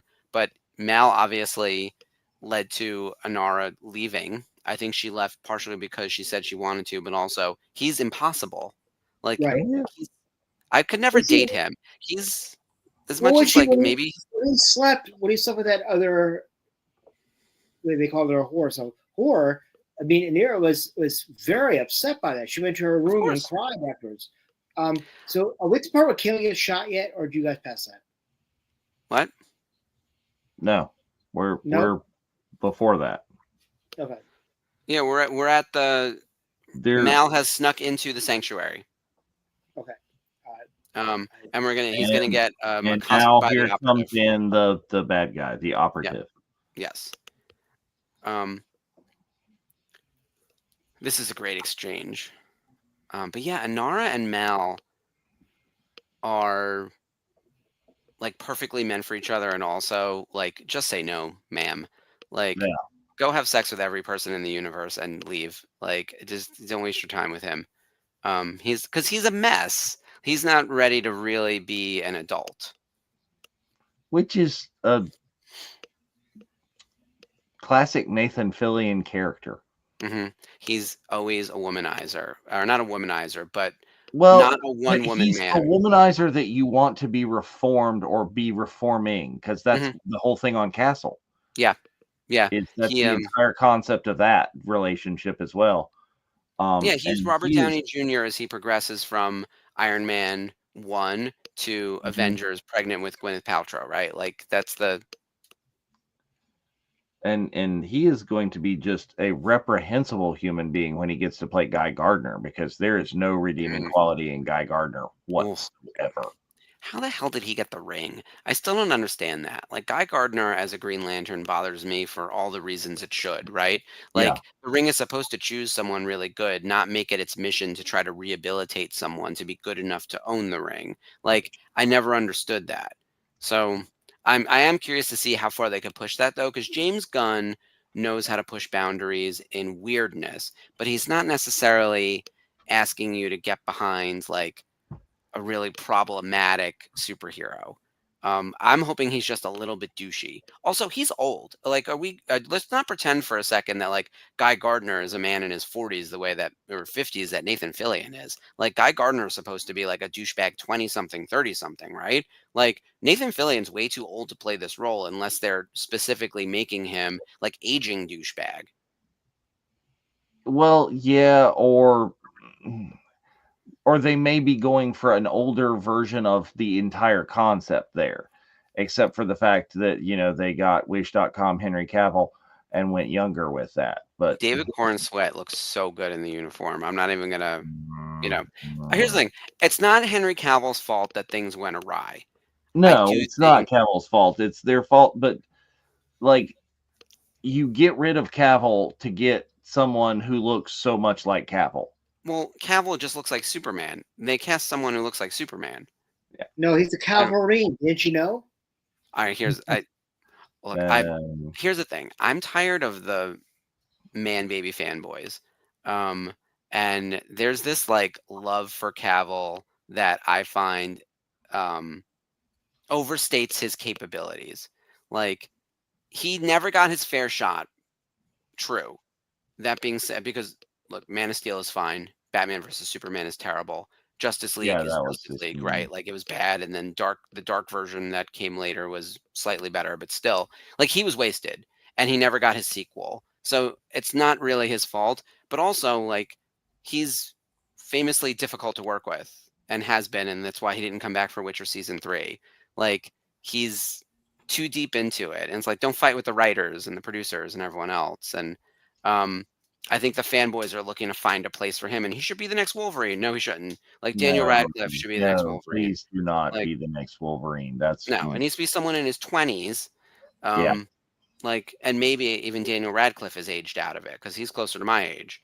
Like he's actually not closer to my age. He's 10 years younger than me at least. But yeah, but like Radcliffe could be around it and do it a while because again, it is supposed to be an older character. But yeah.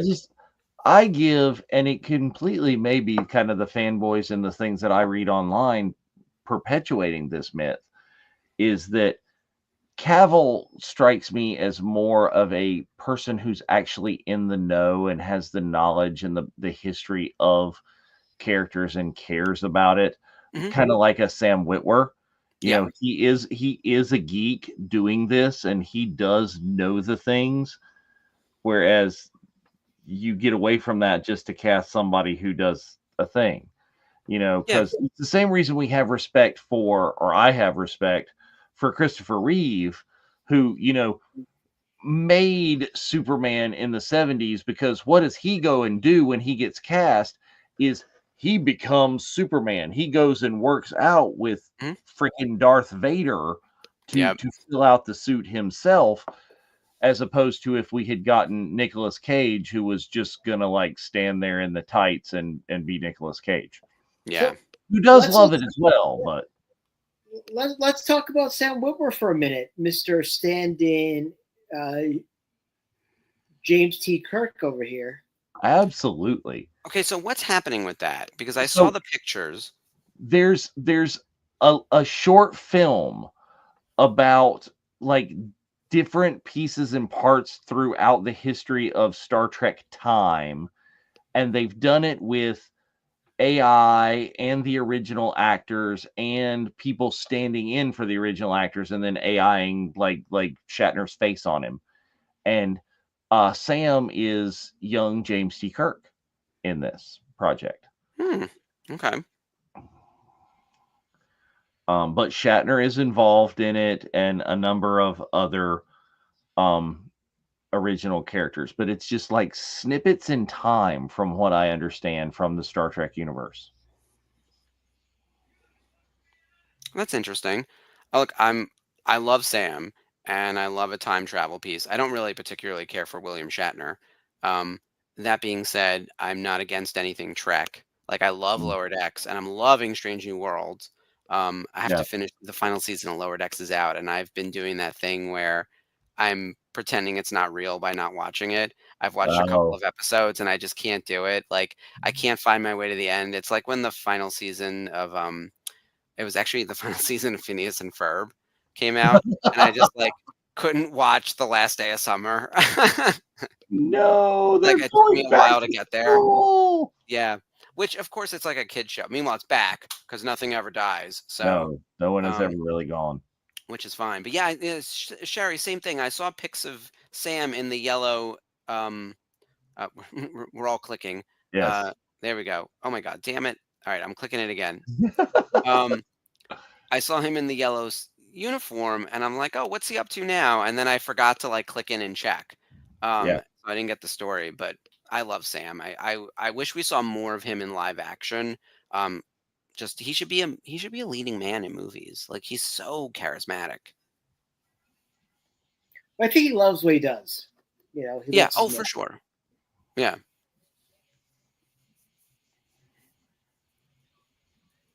Kind of reminds me in some capacity. There's an actress, Judy Greer, who made a career being a sidekick and liked those unusual sidekick type of roles, and is okay with being typecast. You know, Yeah. Sam has his niche. He loves what he does. Oh yeah, and he's got a lot of streams brewing, right? Like, and that's the other thing too. Everyone now, especially if you're in the geeky sphere, people are multi hyphenates. You know, he probably makes more money off his podcasts than anything else. Well, yeah. You know, Vanessa's doing a new streaming thing. James Arnold Taylor has a streaming. He's constantly on podcasts and streaming, like, and by streaming I mean like YouTube and everything else. As you don't need to be in a multi-million-dollar movie to be successful in Hollywood now. And in fact, like if you talk to anyone younger, they're like, "Oh, Well, I follow this TikToker and yeah, this no, person on social that's media." not the goal. It used to be No, the goal of people to become an actress or an actor in a major motion picture, and now people want to be YouTubers and TikTokers. yeah, I mean, freaking Mr. Beast, who really doesn't do mhm, anything except be Mr. Beast, makes more money than half of Hollywood, yeah. probably 2/3 of Hollywood. I ran into some consumer products for Mr. Beast in the store recently. They have candy bars and Yeah. they had a whole Halloween section. And I was like, I barely know this man. At the same Mr. time, he's got Beast has his tens of own millions of. lunchboxy thing Oh that yeah, he has you those new Lunchables. Yeah. yeah. And which, by the way, they look like nonsense. That being said, what celebrity product isn't nonsense? If they're not making it themselves, they're a spokesperson for something equally ridiculous. So have at it. My feeling is like we often try to box people and say success is this, and then as Yeah. people carve Yeah. out new paths, people will be judgy about it. I love that there are all these different options now of how to be successful, especially with YouTube and social media and everything. Like you can really contribute to the culture in a very different way. We're doing it now. We're here live for 2 hours talking about one of my all-time favorite movies, just sort of shooting the shit with like some people in the comments. Sherry's watching along. You know, it's the kind of Troy's here. We've got our loyal crew tuning in. Okay, You where are know, you guys? Because right now Browncoats are out. I'm looking at River coming in. Yeah, we're at Um, 101. River is they're looking for River. yeah, she just took out Jane and Yep. they're locked out of the thing. Okay, so I see her naked on Serenity. Not yet, but we're getting there. Okay. Yeah, we're really close. And Simon's explaining about her history.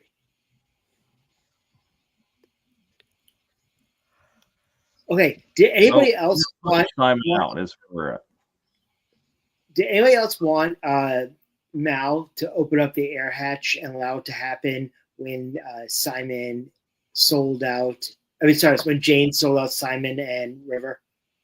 Mm-hmm. Well, see, we saw it, but again, Jane is his crew. He's got to give him that level of like, would he do it for the other members of the crew? He's going to, like if Jane did it again, but he still has to give Jane the chance. Mm-hmm. Right. I love that. He's like, so you're gonna let me out? Yeah. Yeah, I wouldn't mind I Jane think this getting, rebuilt set is slightly more together and put together better than the original is. It just does feel that it flows and it's not separated pieces. They can have a lot more kind of continuous shots, I think. yeah, it's pieced together beautifully.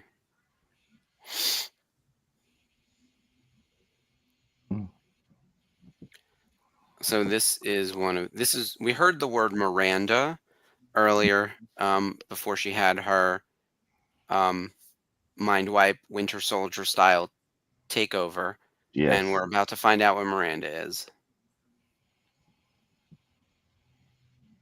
Yeah. You've got all your Chinese characters going in on the display screen there.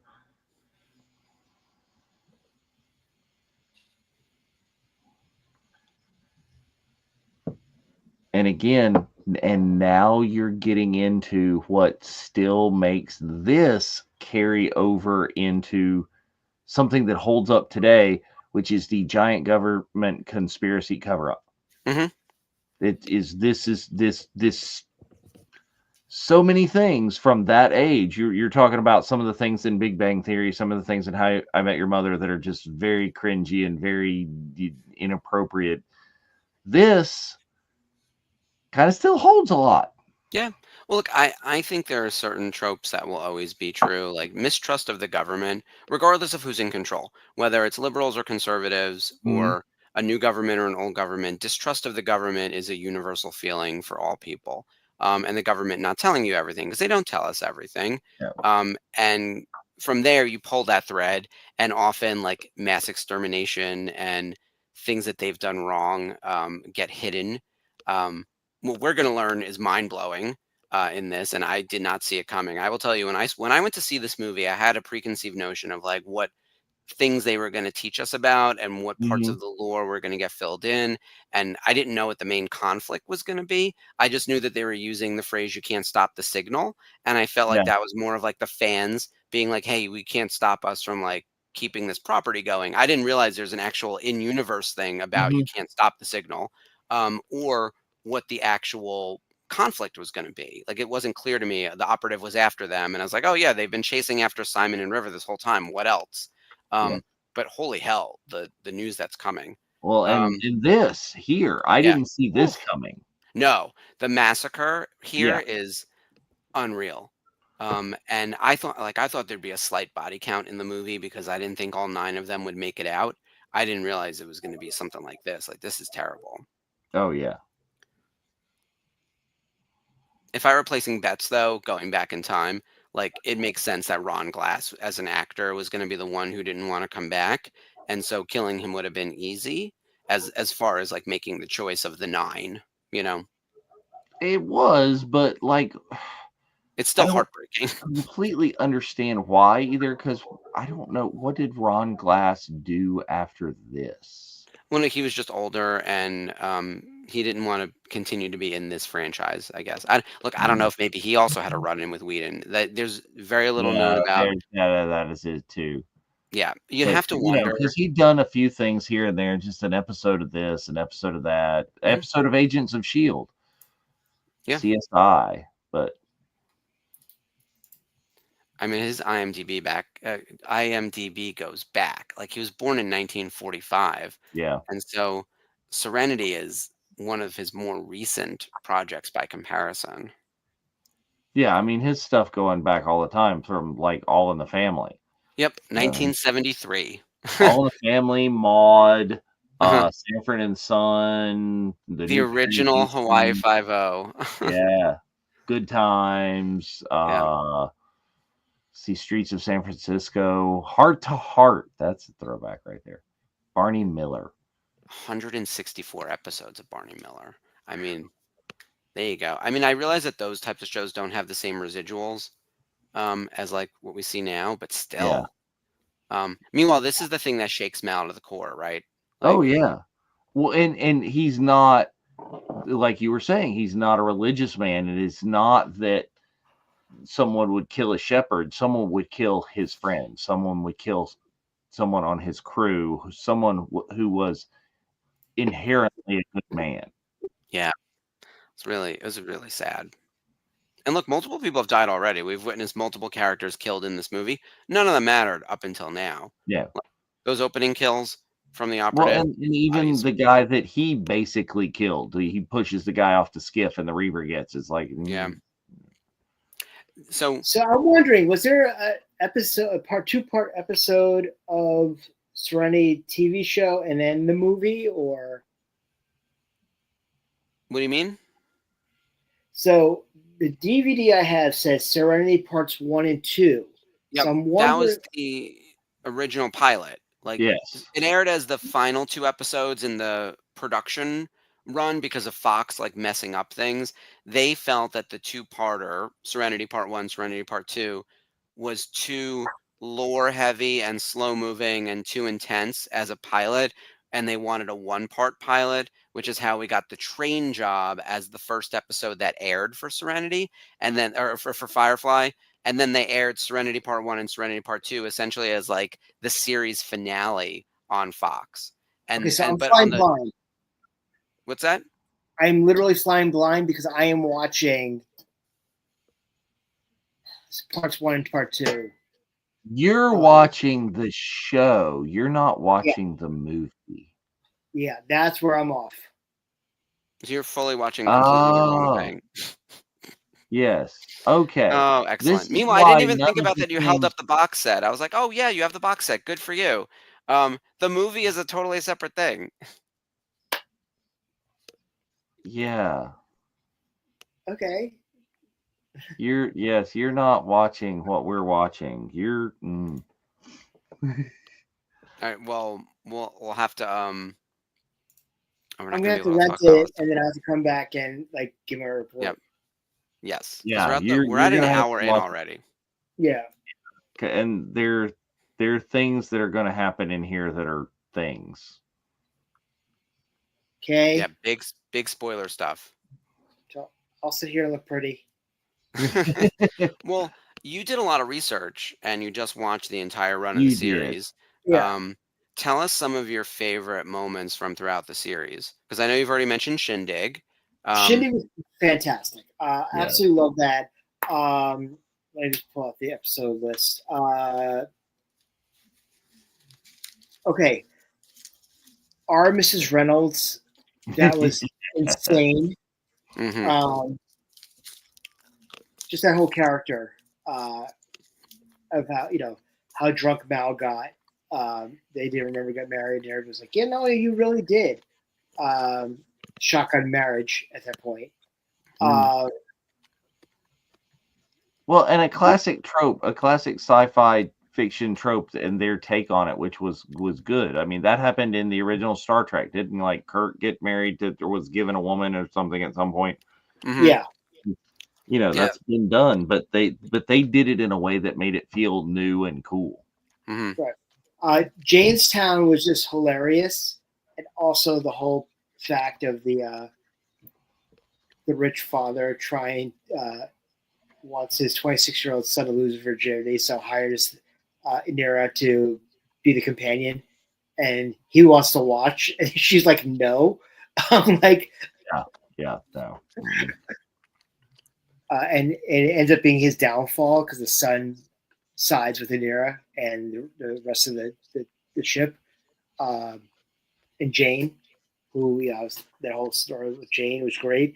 I love how the fact that at the end of the episode, he's like, they put the statue back, didn't they? Like,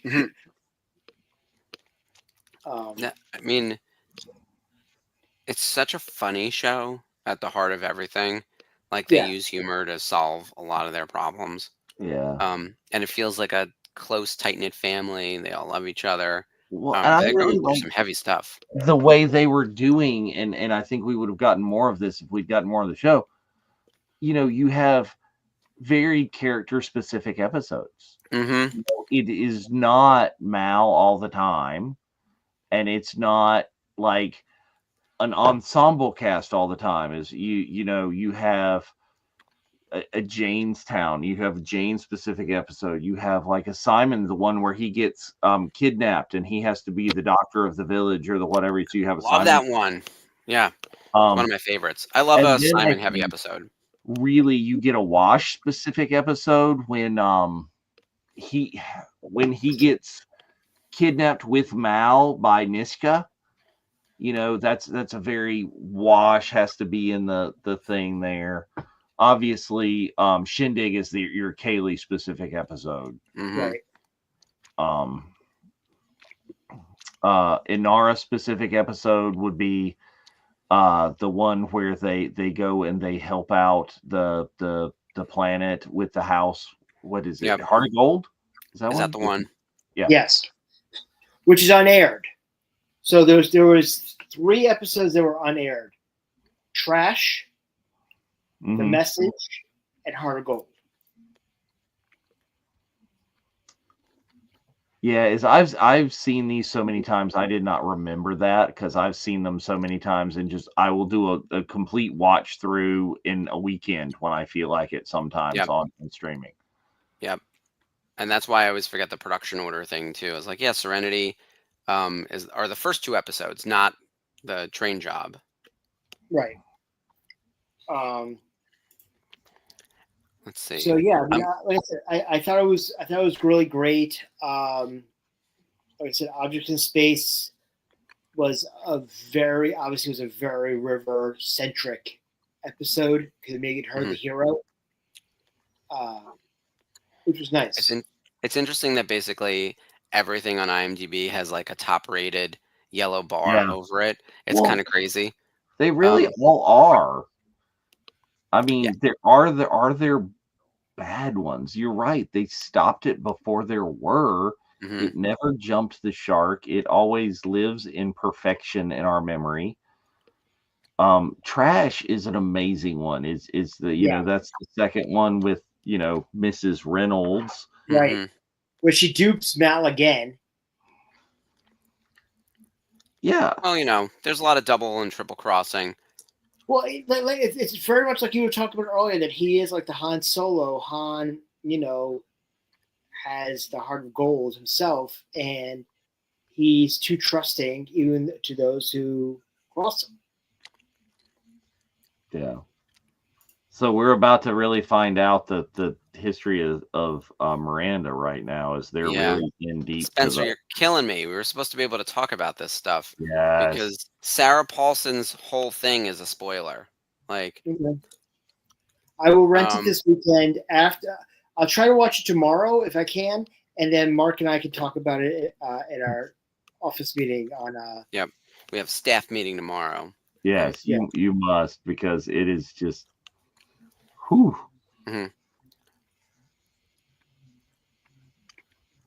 And they didn't worry about Andor is concerned about having the AK-47s and the whatever, and nobody worried about their weaponry being too Earth similar or whatever. The plot is fine. Is they throw a couple of Greeblies on a rifle, and there you go. It's a space rifle. So initially, when I first watched the Train Job, I didn't know what this show was going to be. Like, I was watching this, I'm like, was it post-apocalyptic? Is it, it's a future in the past? It's crossing genres. Yes. So, like, I was talking to Mark, I'm like, I'm not sure what to think. And then Shindig happened. I'm like, ooh, this is good. I mean, I think all of those things that you said are right, and I think it's purposely ambiguous, and you don't know. Right. It's like what they tell you in that come on to this movie is this, or what they do in the intro song to Spares. Like, some planets were flush with the new technologies, some were not. If you're in the Outer Rim, it's the Wild Wild West, literally, and that's why they have technology that's so similar to Earth 21st century, because they're so far behind. Like, they're the Oregon Trail of now, right?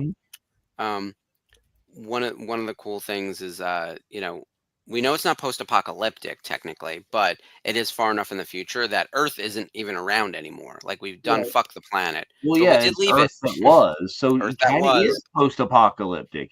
Earth is apocalyptic, but they spread out to the solar system, and I love that, because then it's like, hey, we're not trapped on this rock. You can go anywhere. You could have all sorts of different locations. I love a set. I love one of the things I love about Star Trek, they're in a ship and they keep going to all different places. Star Wars is good at that too. We get to explore a big map. It's like the one downfall of DS9, which I love DS9, don't get me wrong. Oh, They yeah. spend a lot of time on that one station. Yeah. Like, who decided this? Like, it was a novel idea for a minute, but I was like, I still feel like we're just constantly in these same three. I think it went on longer than they thought it was going to. I thought that it was going to be a thing, and it didn't. It kept going because DS9 was so had good. a lot of stuff going for it, but it was very different than your classic Star Trek. Oh, here it is. Here's the explanation. It's like Sarah Paulson, on her way up as an actress, hadn't done a lot before this, gives us the big twist and tells that we won't spoil it for Spencer, but we get information about something the government did wrong. And that's why Miranda needs to remain a secret. Yeah, It's so good in this scene. To the point where they basically erase it from the archives. Yeah. This is Camino all over again, girl. Uh-huh. So Scooby, try to get some exposition from earlier in the show when I actually thought I knew what I was talking about. That'd be great. Thank you. That's gonna be hilarious. I think it's hilarious that we didn't catch the fact that you were watching something completely separate.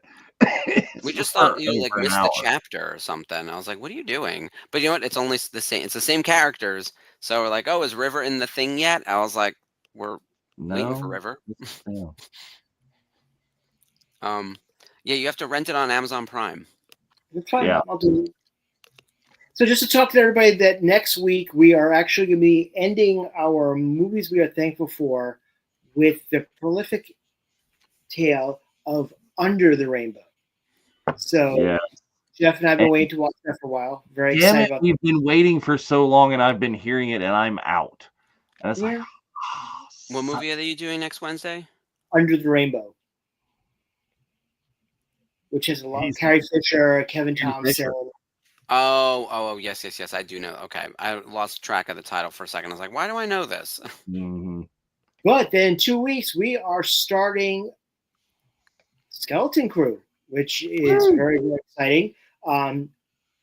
We have a whole slew of characters joining us throughout the season, including some of the actors, some of the crew from Legacy Effects, the fighting coordinator, and even the dialect coach, who is a Virtual Cantina Hall of Famer. What? Who could that be? It's a short list. You can start going down at people right now. Yes. So it's going to be a lot of fun. Episodes 1 and 2, we're going to have one actor join us for both, but then the fight coordinator is going to join us for the second episode, which is really cool. And then episode 3, we're going to have the dialect coach, who is a friend of everybody. And if you want a hint, he likes scotch. Scotch. No. I'm excited. Ron Burgundy. It's Ron Burgundy, damn it. And he got scotch from Ridley Scott. So if you're a fan of our shows before, you know exactly who I'm talking about. Scotch. And here's your exposition on why the Alliance has been chasing River the entire time. Yep. This explains the entire conceit of the show. Yep. And the movie. But it like truly calls back to the opening scene of this movie, the opening premise of the entire series, is because they need to keep this information from getting out. And River knows it. Because River has psychic abilities. Yeah. This thing or that with those guys who do that thing, and that's all. They are the guys that do the thing with the stuff. Right now, I'm hearing the teacher from the Peanuts right now. So I like it. I mean, here's their mission. Here's Mal has his call to arms. This is what we got to do. I enjoy that they have that makes this so family style. Like Rebels is they just have like the dining table in the middle of the ship, and that's where they congregate and they do it. Whereas on the Falcon and on the Ghost, it's like the room with the Dejarik table. Yeah, there's always like a gathering spot. This does feel very. I mean, I used to say the Ghost felt like Serenity all the time because you all come together and it's where they plot the mission and work out whatever personal drama they're dealing with. And I think both of them feel a little bit more connected, and you feel in your mind like you can go from the cockpit to the dining room, and then you can go down to the cargo hold, and then you know where the bunks are. Whereas the Falcon has always been very nebulous, and the way it goes around intentionally too. Yes. Yeah. They don't want you to know the actual layout. These nerds couldn't handle it, but also it probably contradicts because it started in the 70s and they Yes. weren't paying good attention. No. And it's a smuggler ship, so it should be confusing. So But we've the, got but an the in-universe Ghost and reason as to why Serenity it should are make sense. they're very easily to picture in your mind where people are going from one place to the other. Mhm. Meanwhile, that scene with Mr. Universe was brutal. Oh yeah. Meanwhile, someone just sent me this. This is coming back to Wicked. These are Wicked Oh. Oreos. I We were guess they talking had about, like, success with the Star Wars Oreos. yeah. There Also, you go. Oreo hasn't passed on a contract from what I could tell. There are a little out of Well, I mean, control. it's an odd time of year because they got their Christmas Oreos coming out. You're going to cut into the market for those. I love me those Christmas Oreos, the red I ones, and liked then the Star Wars white. ones that had the like almost like the flavor crystals in the middle. That was kind of like interesting. Yeah, they were fine. The red and blue were cute. I also don't know what else you would do because at some point, if you stray from the main flavor profile of Oreo too far and it's a niche flavor, you'll lose out on the broad audience. But then if you're just giving us the same regular Oreo with like a little bit of food dye or whatever, you might get the people who would otherwise just buy regular Oreo and swap to that, so it doesn't seem as incremental. It's hard Like to really like birthday measure cake that. Oreos. That Well, just was. it's almost like M&Ms. You know, you start with the Mhm. original milk chocolate, and then you go into the peanut, and then you add in, almond and I like my what is it? crispy. That was always my favorite. Before they turned that into pretzel. Right.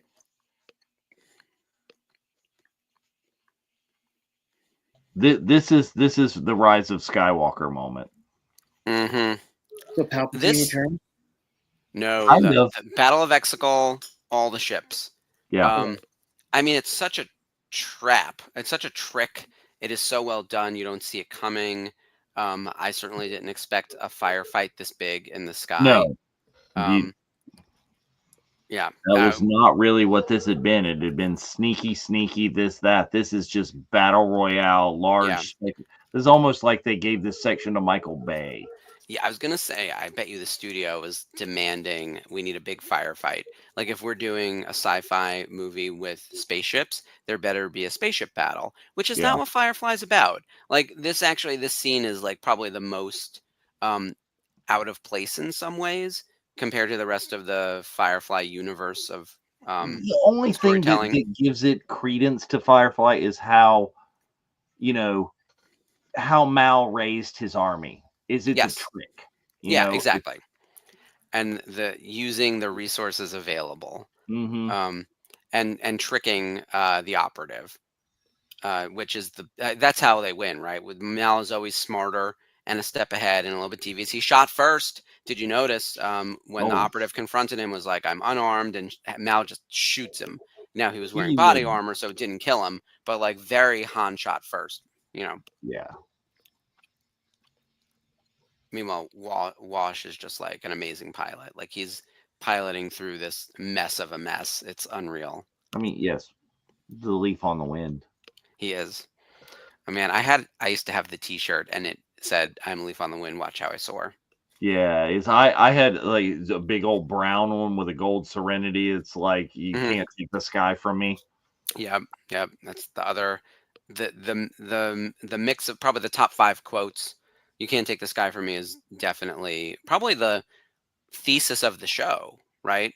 Yeah. Like that's all Mao says is like whatever else they've got their ship, they can fly. They're still flying.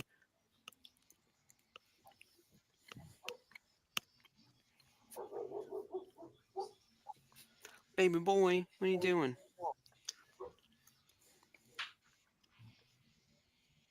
Yeah, this set piece is very impressive. Oh, here we go. Yeah, that's bad when you have to get the mechanic into a jump seat. And they're Star Trekking this all the way around. They're bumping around the cockpit, and there's sparks flying. And Yep. And look, this ship is a piece of shit. yeah, It could. perfectly. I really thought again because it's a movie. I was like, they're gonna blow up the ship. Like the ship will be the first dead character, not the first dead character, but Well, like right, but one of the last. My feeling was they're gonna trash the ship, and they'll well, at where the they end of the go movie. big in like Star Trek when they crash the Enterprise into the planet, the saucer Yeah. section, and Oh, it just that Enterprise is on version 12. Who are we yeah. kidding? Like, it's with this, I immediately was like, you know what? Because if you come back for another movie, you get a new ship.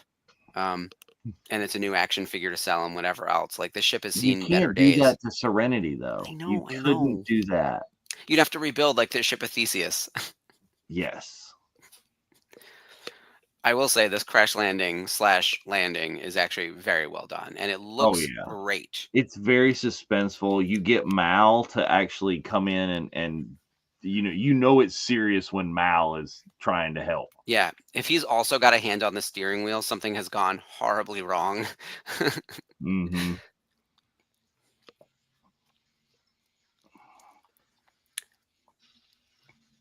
And it like the special I effects mean, still look really Serenity good. is damaged enough. She's not Mm-hmm. Mm-hmm. destroyed, but she She's not gets flying roughed anytime up. soon.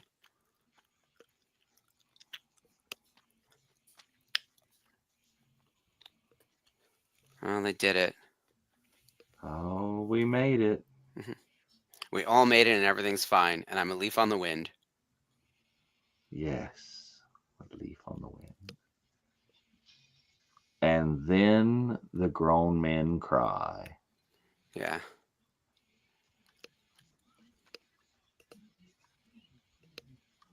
Oh. If Ashley were on right now, she would just fall over. We all, Oh, you yeah. know, No, it's just.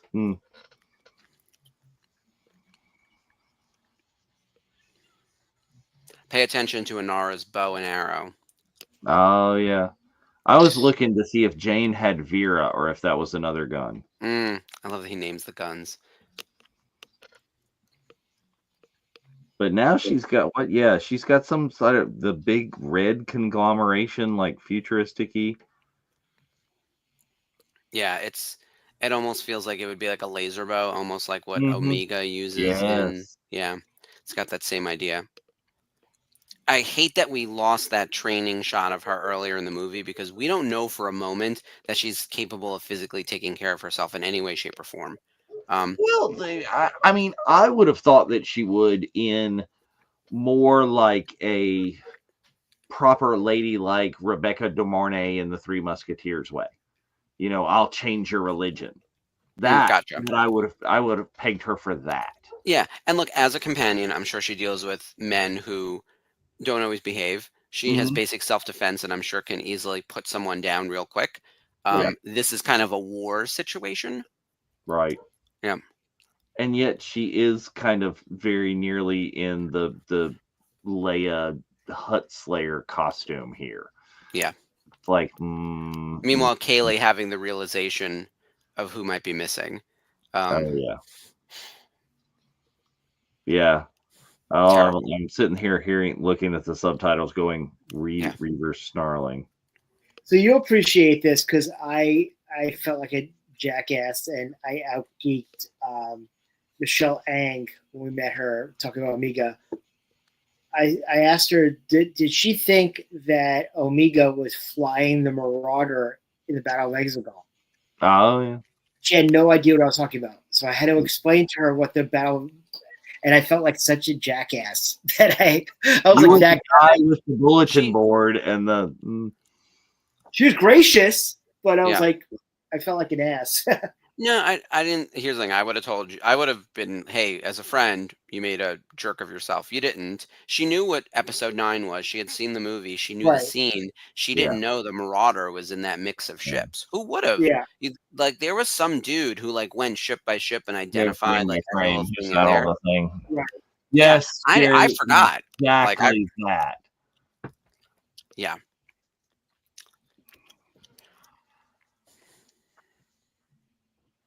But yeah, now we're in Mr. Universe's pad. We're about the thing. Oh no, it's all broken down. Oh. Sword, Mal. Oh my god, yeah, I know. With a sword. How weird is that? I say how weird is that all the time, but like if you don't know the rest of it, it's not Yeah. quite as like Yeah, it was just like, oh. See, this I think Firefly is a bigger geek cred test than almost anything else because it is such rarity. I'm very specific. If Firefly, if they're your people, they're your people. Yeah. And look, because everyone's seen A Star War. Everyone can say, Luke, I am your father, and get it wrong. Yes. People know who Darth Vader is. And look, I'm not out here trying to test any geeks. But if you want to like immediately become my best friend, if you said that something was shiny, I might hug you. Yeah. So And if there's you go, definitely and if you're talking about Mr. Universe or Universe Man, it's like, okay, are you talking Firefly or are you talking, Tiny Toon Adventures? Which one are you at?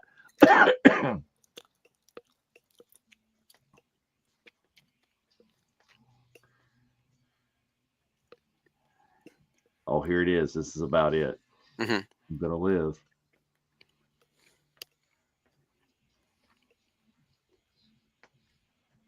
This is where like Simon admits too. Like I just wanted to keep River safe. He had nothing else on his mind. Yeah. Never allowed himself.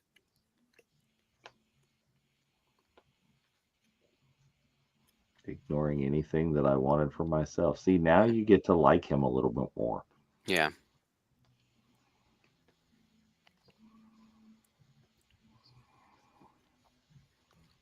They have good chemistry too, the two of them. Mm-hmm. And especially the flirting throughout the series. She makes me laugh so much. And Jules Sade is just so underrated. Yep. Because I mean, she's still super active on social media and things, but she didn't hit big after this like she should have.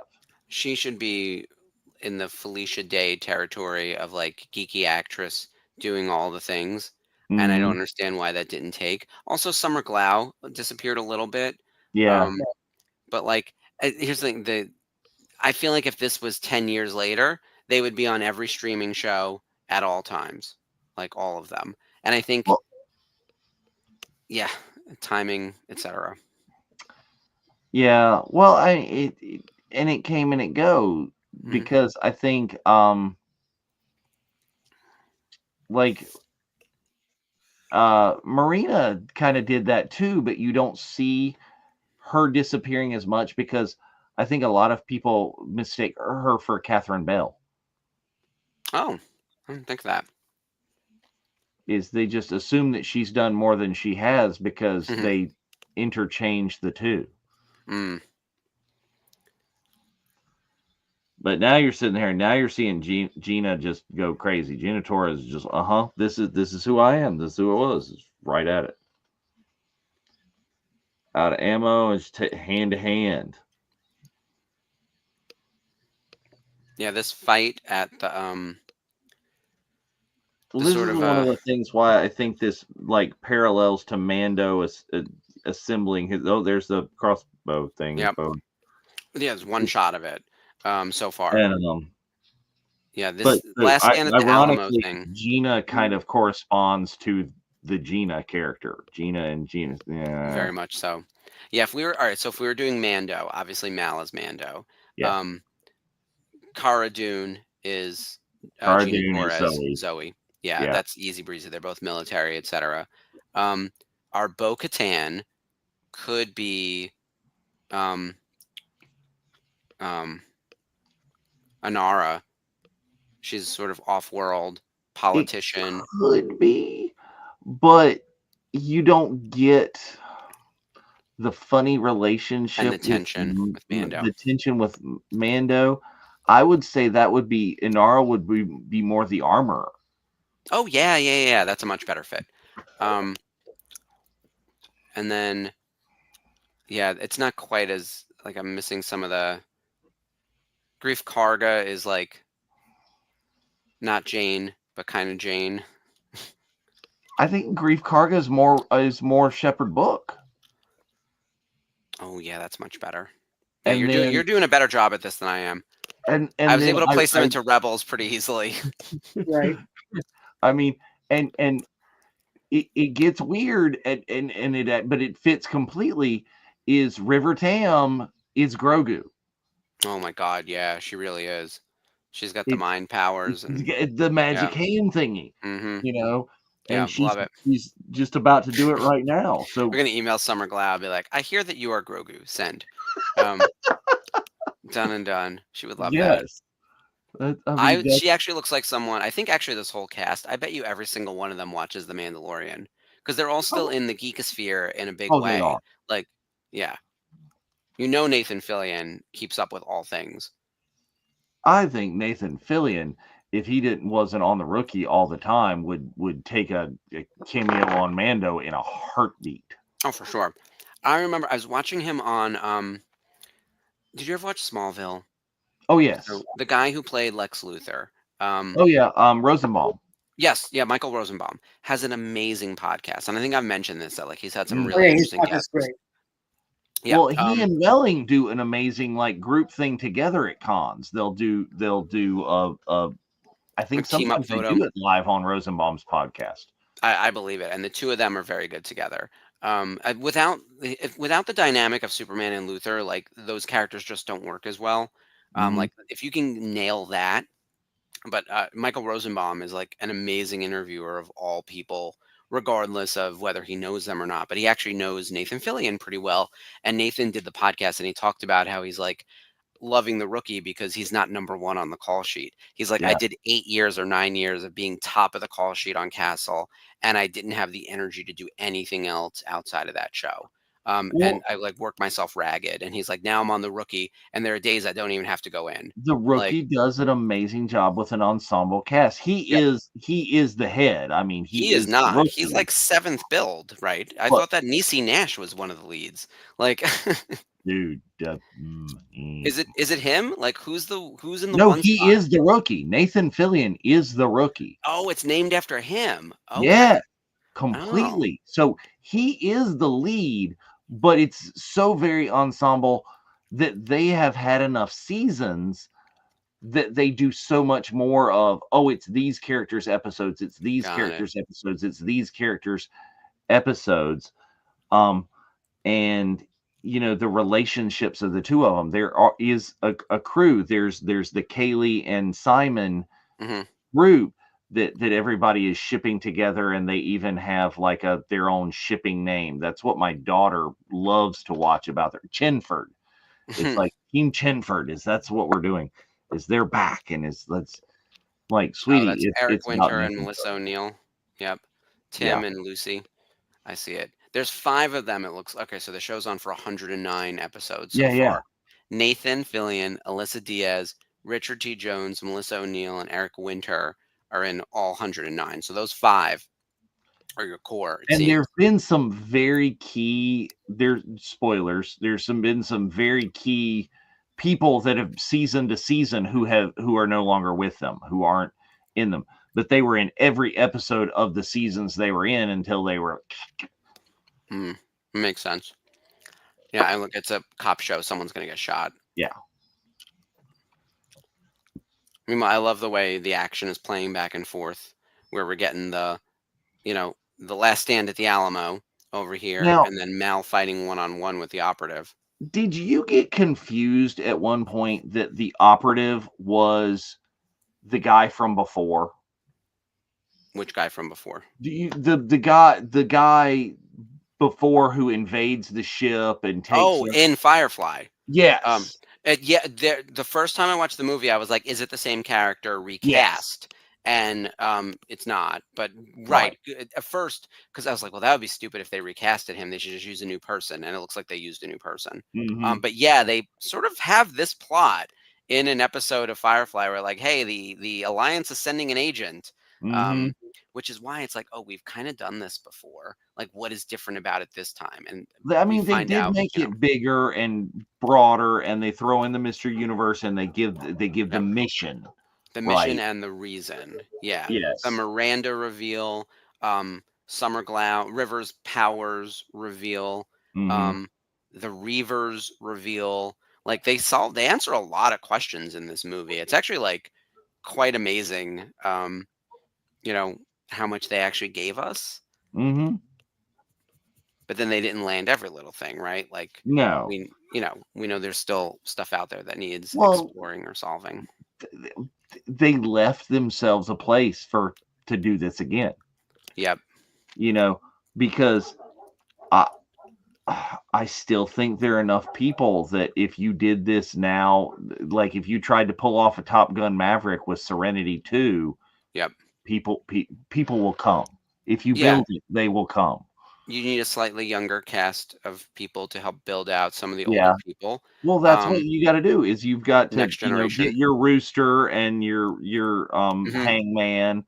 You know, you got to Yep. have that crew in to make this crew relevant. You know, those remaining. Legacy sequel. It's the Scream thing. I think Scream has done the legacy sequels pretty well.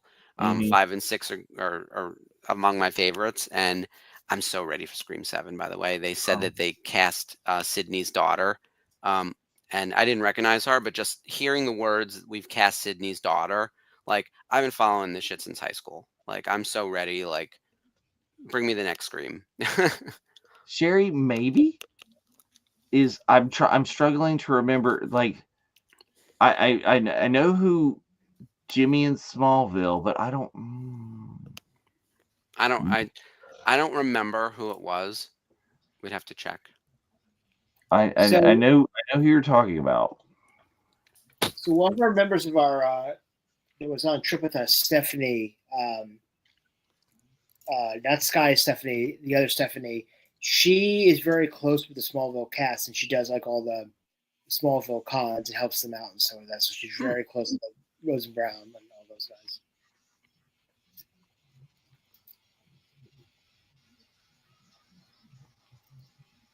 And what's everyone doing with cons next year, other than Celebration? What's on the must-do list? I mean, obviously Rhode Island is a must-do. Yeah, Rhode Island. So right now, personally, I mean, I'm planning to do Fan Expo Boston and Terrificon. It's the same weekend next year. So if Terrificon has a good lineup, I might opt to like drive down like Sunday morning and just do a day because Terrificon is enough for a day show. Unless for some reason I end up in Allen, Texas for Rebel Scum, but I don't know. But the plan right now is Boston Terrificon and then Rhode Island. Though Epic Con and there's a couple of new shows that are coming to Boston next year, including like there's a 100 themed con. I never watched 100, but if there's ever an actor or an actress that I like, I might stop by because it's literally in the building next to where they do Boston Comic Con. So that's the plan right now. Unfortunately, because they just announced that ICC Con is going to be May next year. Yeah. Personally, can't justify, but also I was told that no too much travel within a month period. So the ICCC is closer for me, and I may still do that, even though. Right. And Sherry, fun fact: I think Aaron Ashmore, I don't believe is in The Rookie. I was thinking of different. I was thinking of the Jimmy-ish character, which would be Pete Ross from Smallville, not the actual Jimmy Olsen. But I think the character in The Rookie is Aaron Ashmore's twin brother. So not the same actor, but his twin brother is in The Rookie. See, this is where all the geeky connections. Yes. Meanwhile, the final action scene, basically, to sum it up, they didn't stop the signal. The signal reached. we ended up getting the message out of what the Alliance had done, and it was sent out through Mr. Universe's network, so all citizens can see it now. The Alliance can't pretend that they didn't do what they did on Miranda, and now we have this beautiful funeral moment for our fallen members of our family. And now we're getting ready to take Serenity back up in the air again with the You're crew. working on is Zoe's pulling a Chewy right there, welding it back up, and Anar's doing the paint. Yep. They're putting the cannon on again. Guns off, taking it off. No, they're. Oh yeah, right. You're right. Serenity is not a ship of war. Yeah. Serenity kind of reminded me of the Razor Crest after the Mon Calamari had to put it back together. Oh yeah. Oh man. Sean Mayer was in great shape for that one shirtless scene. But and there's River, which is it's just like creepy. It's like, but yeah, so right now, I mean, I at least have 3 shows on and maybe do like a couple of like one dayers, if available. But obviously, the big ones on the calendar will be Boston and Rhode Island. I mean, Rhode Island is always our go-to. It's always our fun show. And like we said, like this year, unreal. I thought it was the most fun I've had that show. And I think it gets better every year somehow. But also the fact is, of literally every moment we had, we were jumping each other's pictures. We were all hanging out. It's not like we're jumping, into okay, we all had our agendas, but when some of our agendas were over, we just like hung out. Like we didn't splinter. Yeah, I'd love to get back to Rhode Island this year. I don't know if that's in the cards. I'm planning on I'll hit my local show, which is GalaxyCon Raleigh. And then Skip and I may decide to hit some cons that are kind of close-ish to us. We sometimes just on a moment's notice we'll hit Knoxville, Fanboy Knoxville there, and then ICCC is not that much of a jog from his place, so we may end up there as well. I do know that I did talk with Mark Truax, and we will have a table either way at ICCCon. So we will have a virtual Cantina representation there, which is great.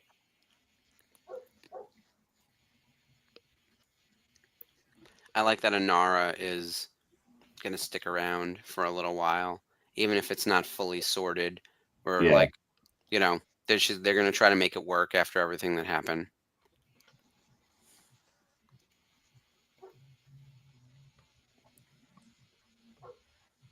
It's a good coda for everyone. Right. And it's and they don't give you the over the top with these two the way they just did with Simon and Kaylee. This is still just kind of the promise of the hope of the flirt of the this like you've gotten the entire time. Yeah. We're going to stretch that one out, whereas we had to land the plane with Simon and Kaylee. Yeah. And I love watching River fly the ship. Like that makes perfect sense because she's able to do anything and everything. But sorry, Spencer, but him teaching her a little bit and her being like, yeah, I know, but I like to hear you say it, Right.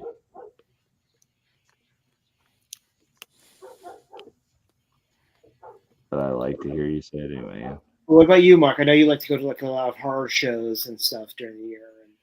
Yeah. Well, life is a horror show, so we'll see how many more we add to the agenda.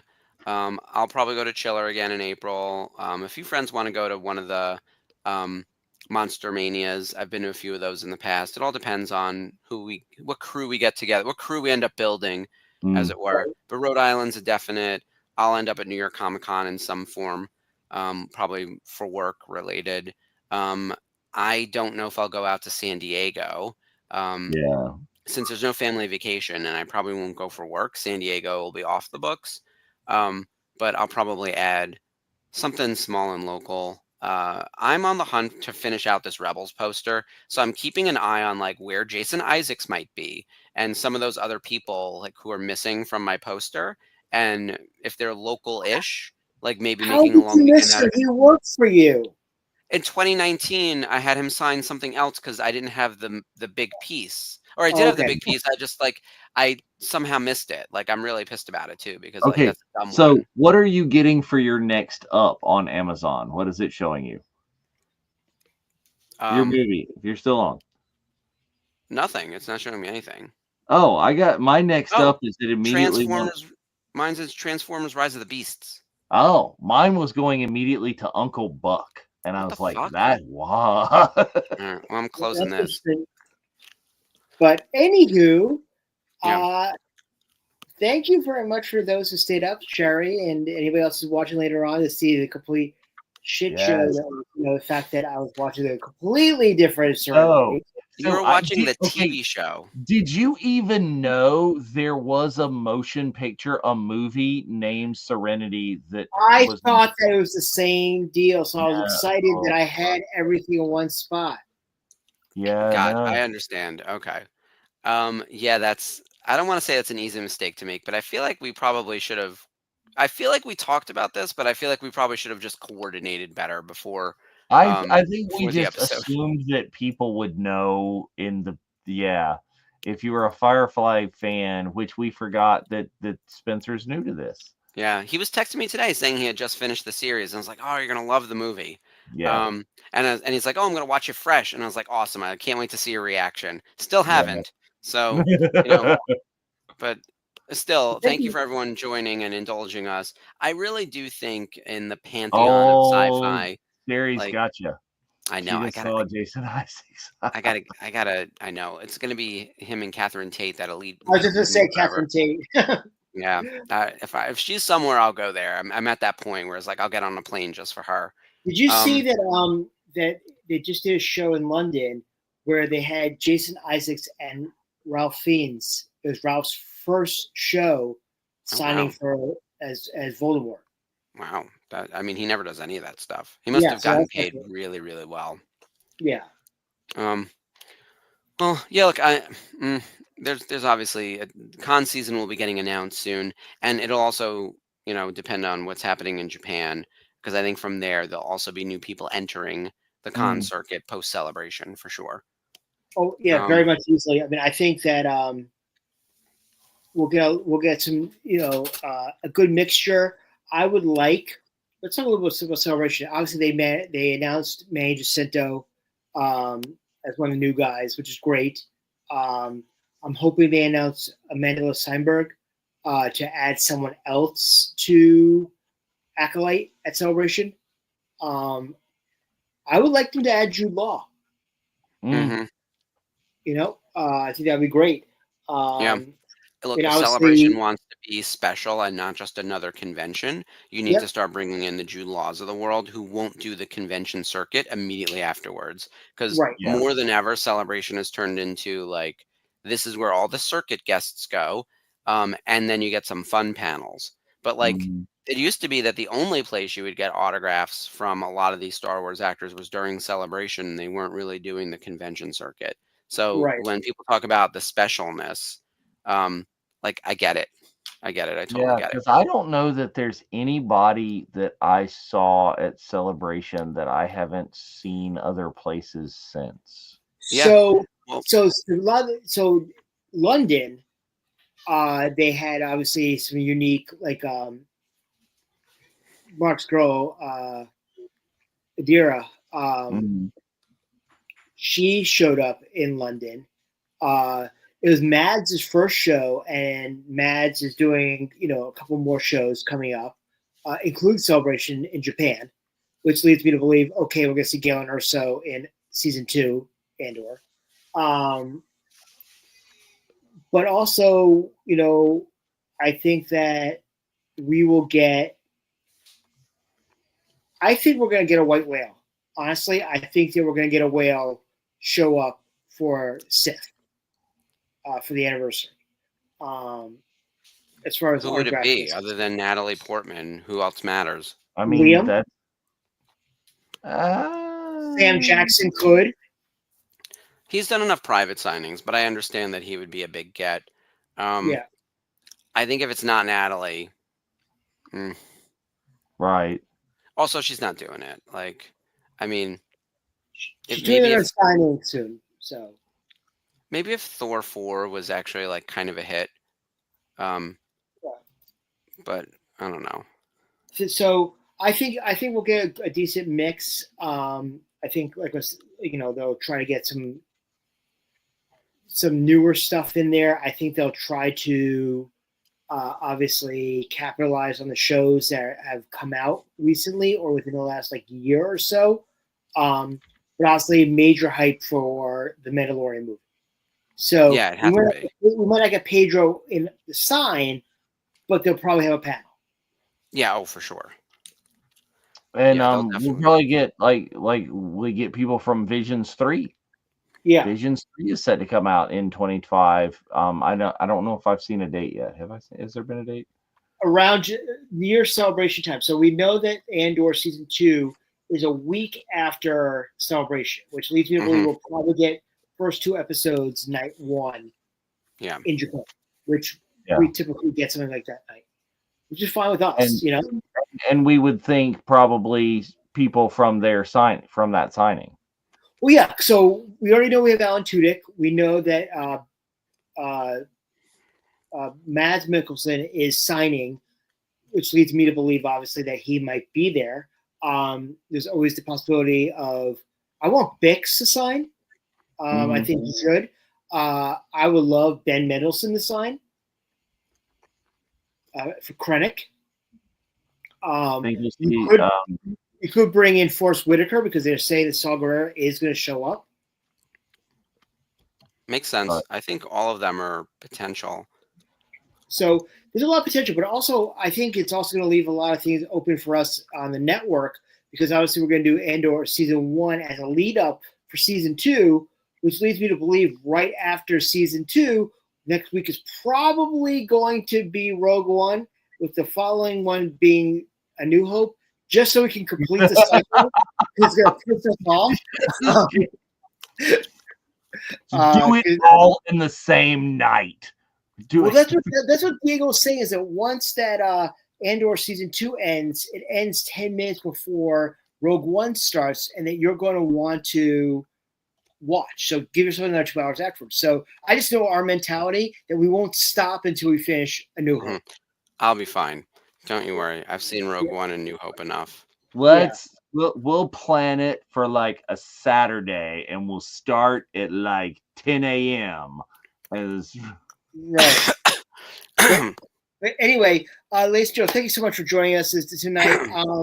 Whole slew of stuff going on in the network. Dave and Mark, why don't you talk about that? Say that again. What's going on the network? What's coming up? What's happening? Sorry, I'm sorry. As I'm trying to pull up the picture, there's my phone is freezing up. I took too many. All right, here we go. We've got Clone Wars Revisited that we just did, season 1, episode 7. Daughters of the Galaxy. We had the Thank the Maker holiday gift guide yesterday. Obviously, our movies we were thankful for tonight was Firefly, Serenity. I understand now. I'm looking at the graphic, and that should have been a clue. It doesn't just say Serenity; it says Firefly: Serenity, as if it's the TV show, and then the episode title. That being said, next week is our final movies we're thankful for, and we're doing Under the Rainbow. We've got a new Japan news desk on Saturday with Michael from Hyperspace Props. Spencer will be talking to him on Saturday. And then a new episode of Unifying Force on Sunday. Dave, do you know what you guys are talking about? Unifying Force, we're going to be talking Skeleton Crew, build up for Skeleton Crew, looking at the trailer and things. And for a change, actually, because our schedules have worked out that way, we're going to do it live. So join us. We haven't been doing it live for a while because of life. But join us in the chat and ask your questions and make your comments and the things. I love a live show with Unifying Force because that show goes off the rails. Quickly. In the best way. You all of a sudden there'll be a thought and we're on a completely different, we do that on Rebels a lot too, as you've seen. Yes. We go where the conversation takes us. Yes. Absolutely. So a lot of exciting stuff going on. Don't forget also next week, which we're going to be plugging, is the final meetup for the Virtual Cantina at Fan Expo San Francisco. So please try to make it out over there. And also, don't forget, January 1, tickets go on sale for the Not So Virtual Cantina Special Edition, which we like to say is the best of both worlds. So the best of the Not So and best of Bunta. So you're going to get a lot of aspects of both. And we're going to have some incredible guests not on the floor signing at Celebration that just happen to be in Japan. Yeah, I'm excited to see That's exciting. Who will be there. It's going to be fun. Yeah. So that is, of course, it's sponsored by our friends over there at Hyperspace Props. Yes, and don't forget, use the code NSVCSE to get 10% off of your purchase. And also, don't forget, they have the new Kessel Sabak from Star Wars Outlaws available now for sale. That'll be fun. Sounds good. And like you said, I've got to dig out those credits so I can show them on the air because they're just so tactile and fun. I got to get those. No, very, very nice. So anyway, ladies and gentlemen, thank you so much for joining us tonight. We will see you later this week and next week. And if we don't talk to you before then, please make sure that you have a very happy Thanksgiving. And may the force be with you. Long live the Republic. The Republic. That's our sign off on Clone Wars now. Let's just go with we're too pretty to die. We are too pretty to die.